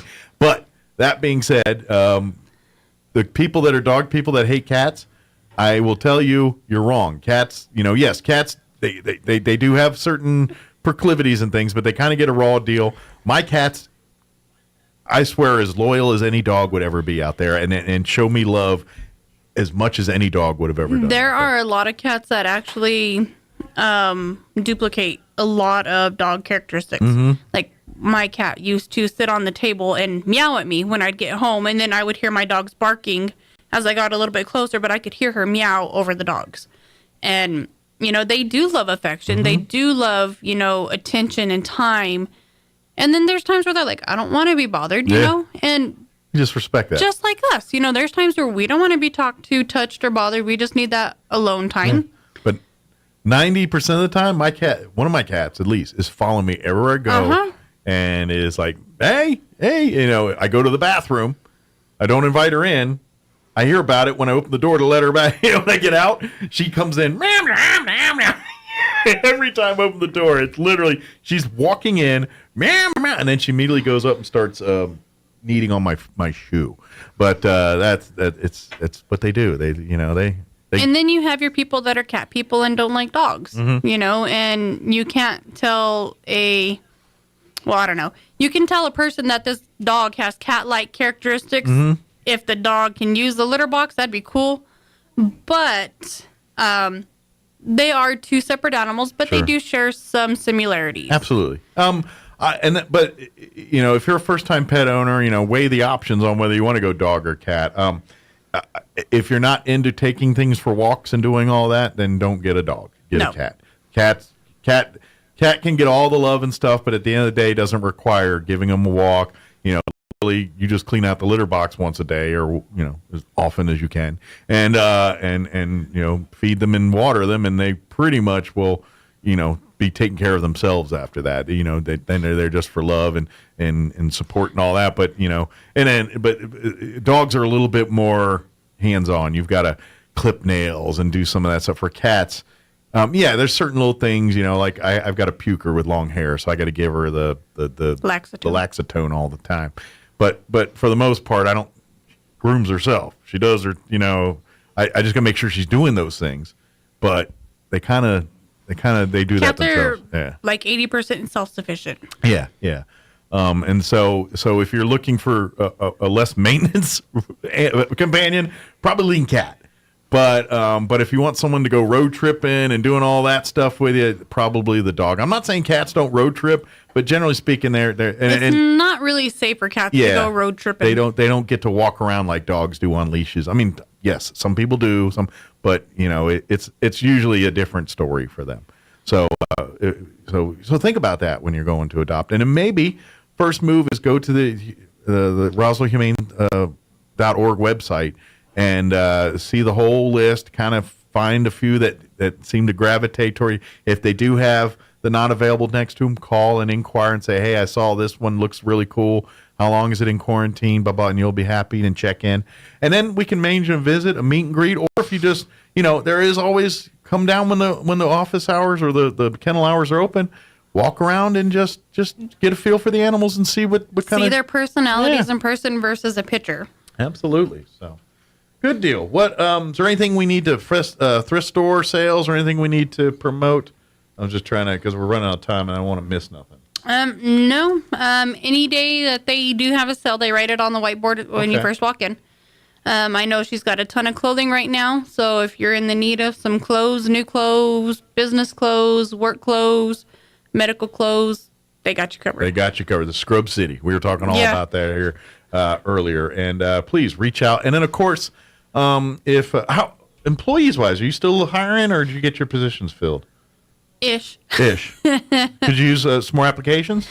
Sure. Okay. So if you're interested, it's minimum wage, but they offer a 40-hour week. And if you love working with animals, like I said, you're going to be cleaning up after animals and all that stuff. But if you love interacting and loving on pets and all that, then this might be a job you might get a kick out of. So You might enjoy it. More people don't realize, how rewarding it feels to take care of animals. Yeah, we always outside of your home life. Pets are good stress relievers and things, and then if you got a job where you're just hanging out with them all day, then you should be stress free. Way I see it. Unless you got a few ornery ones, but yeah, I mean it really is. You're going to work to de-stress, and you're like, well, I'm in a bad mood, but man, this dog's so cute, and we're hanging out, and we're having Look at fun. that fluffy face. Yeah, I mean, come on. So good deal. Well, as always, appreciate the visit. Thank you. For working with us here, and we'll see you here in a couple of weeks. And folks, get out there. Go RoswellHumane.org. Oh, by the way, become a member. Another great way to support.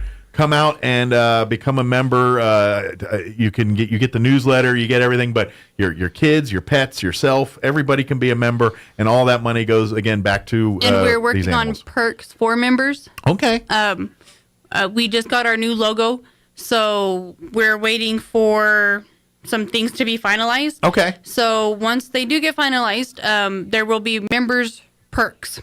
Cool. So a little. It is. And I'm not going to be a spoiler, so you got to wait and see. All right. So you will have to wait. Behave yourself. Yes. But like, what's the good things come to those who wait? Yes, it is. Well, Crystal, appreciate the visit. We'll see you next time. Thank you. All right, 9:56. Time for a New Mexico legislative update. Quick break before we wrap up the show. Don't go away. This is Jason Espinoza with today's Capitol Report. A Senate proposal to ban discrimination against transplant recipients based solely on their physical or mental disability passed through its first House committee yesterday. Senate Bill 71, also known as Glory's Law, received unanimous support in the House Health and Human Services Committee. The bill had already received approval by the full Senate on a unanimous 36-0 vote. The bill now heads to its final House committee, a House Judiciary Committee, before heading to the House floor for consideration. A similar proposal, also sponsored by Senator Craig Brandt, introduced during the 2022 legislative session, passed the Senate but ran out of time in the House. According to proponents of the legislation, New Mexico does not have any laws in place to protect individuals with disabilities should they need a transplant. At a press conference earlier in the legislative session, Senator Brandt stated that he was not aware of this type of discrimination happening in New Mexico, but noted that the bill makes sure this doesn't happen in the state.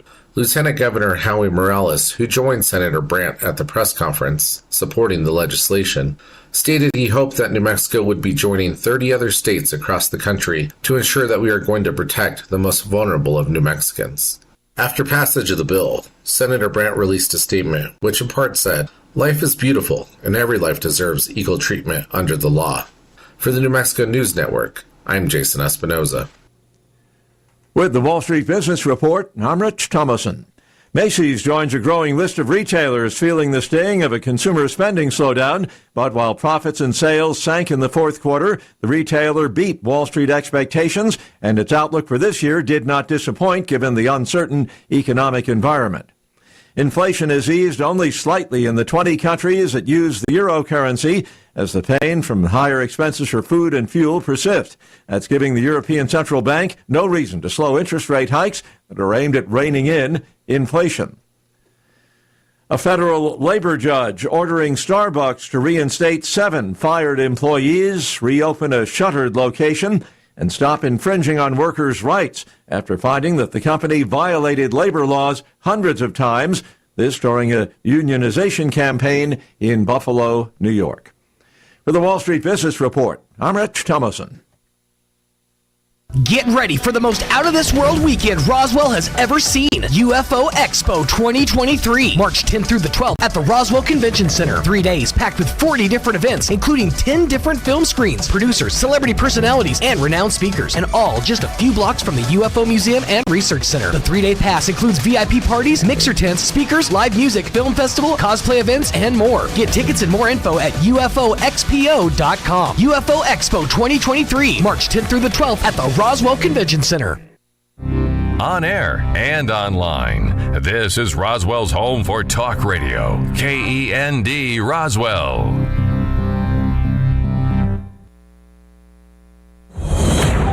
Breaking news this hour from townhall.com. I'm John Scott. A senior Russian diplomat has warned that the West's increasing support for Ukraine could lead to an open conflict between nuclear powers. Russia's Deputy Foreign Minister Sergei Ryabkov made the comments at the UN Conference on Disarmament, in which he denounced the US and its allies for openly declaring that Russia must be defeated. Ryabkov said the US and NATO's actions in regards to Ukraine risk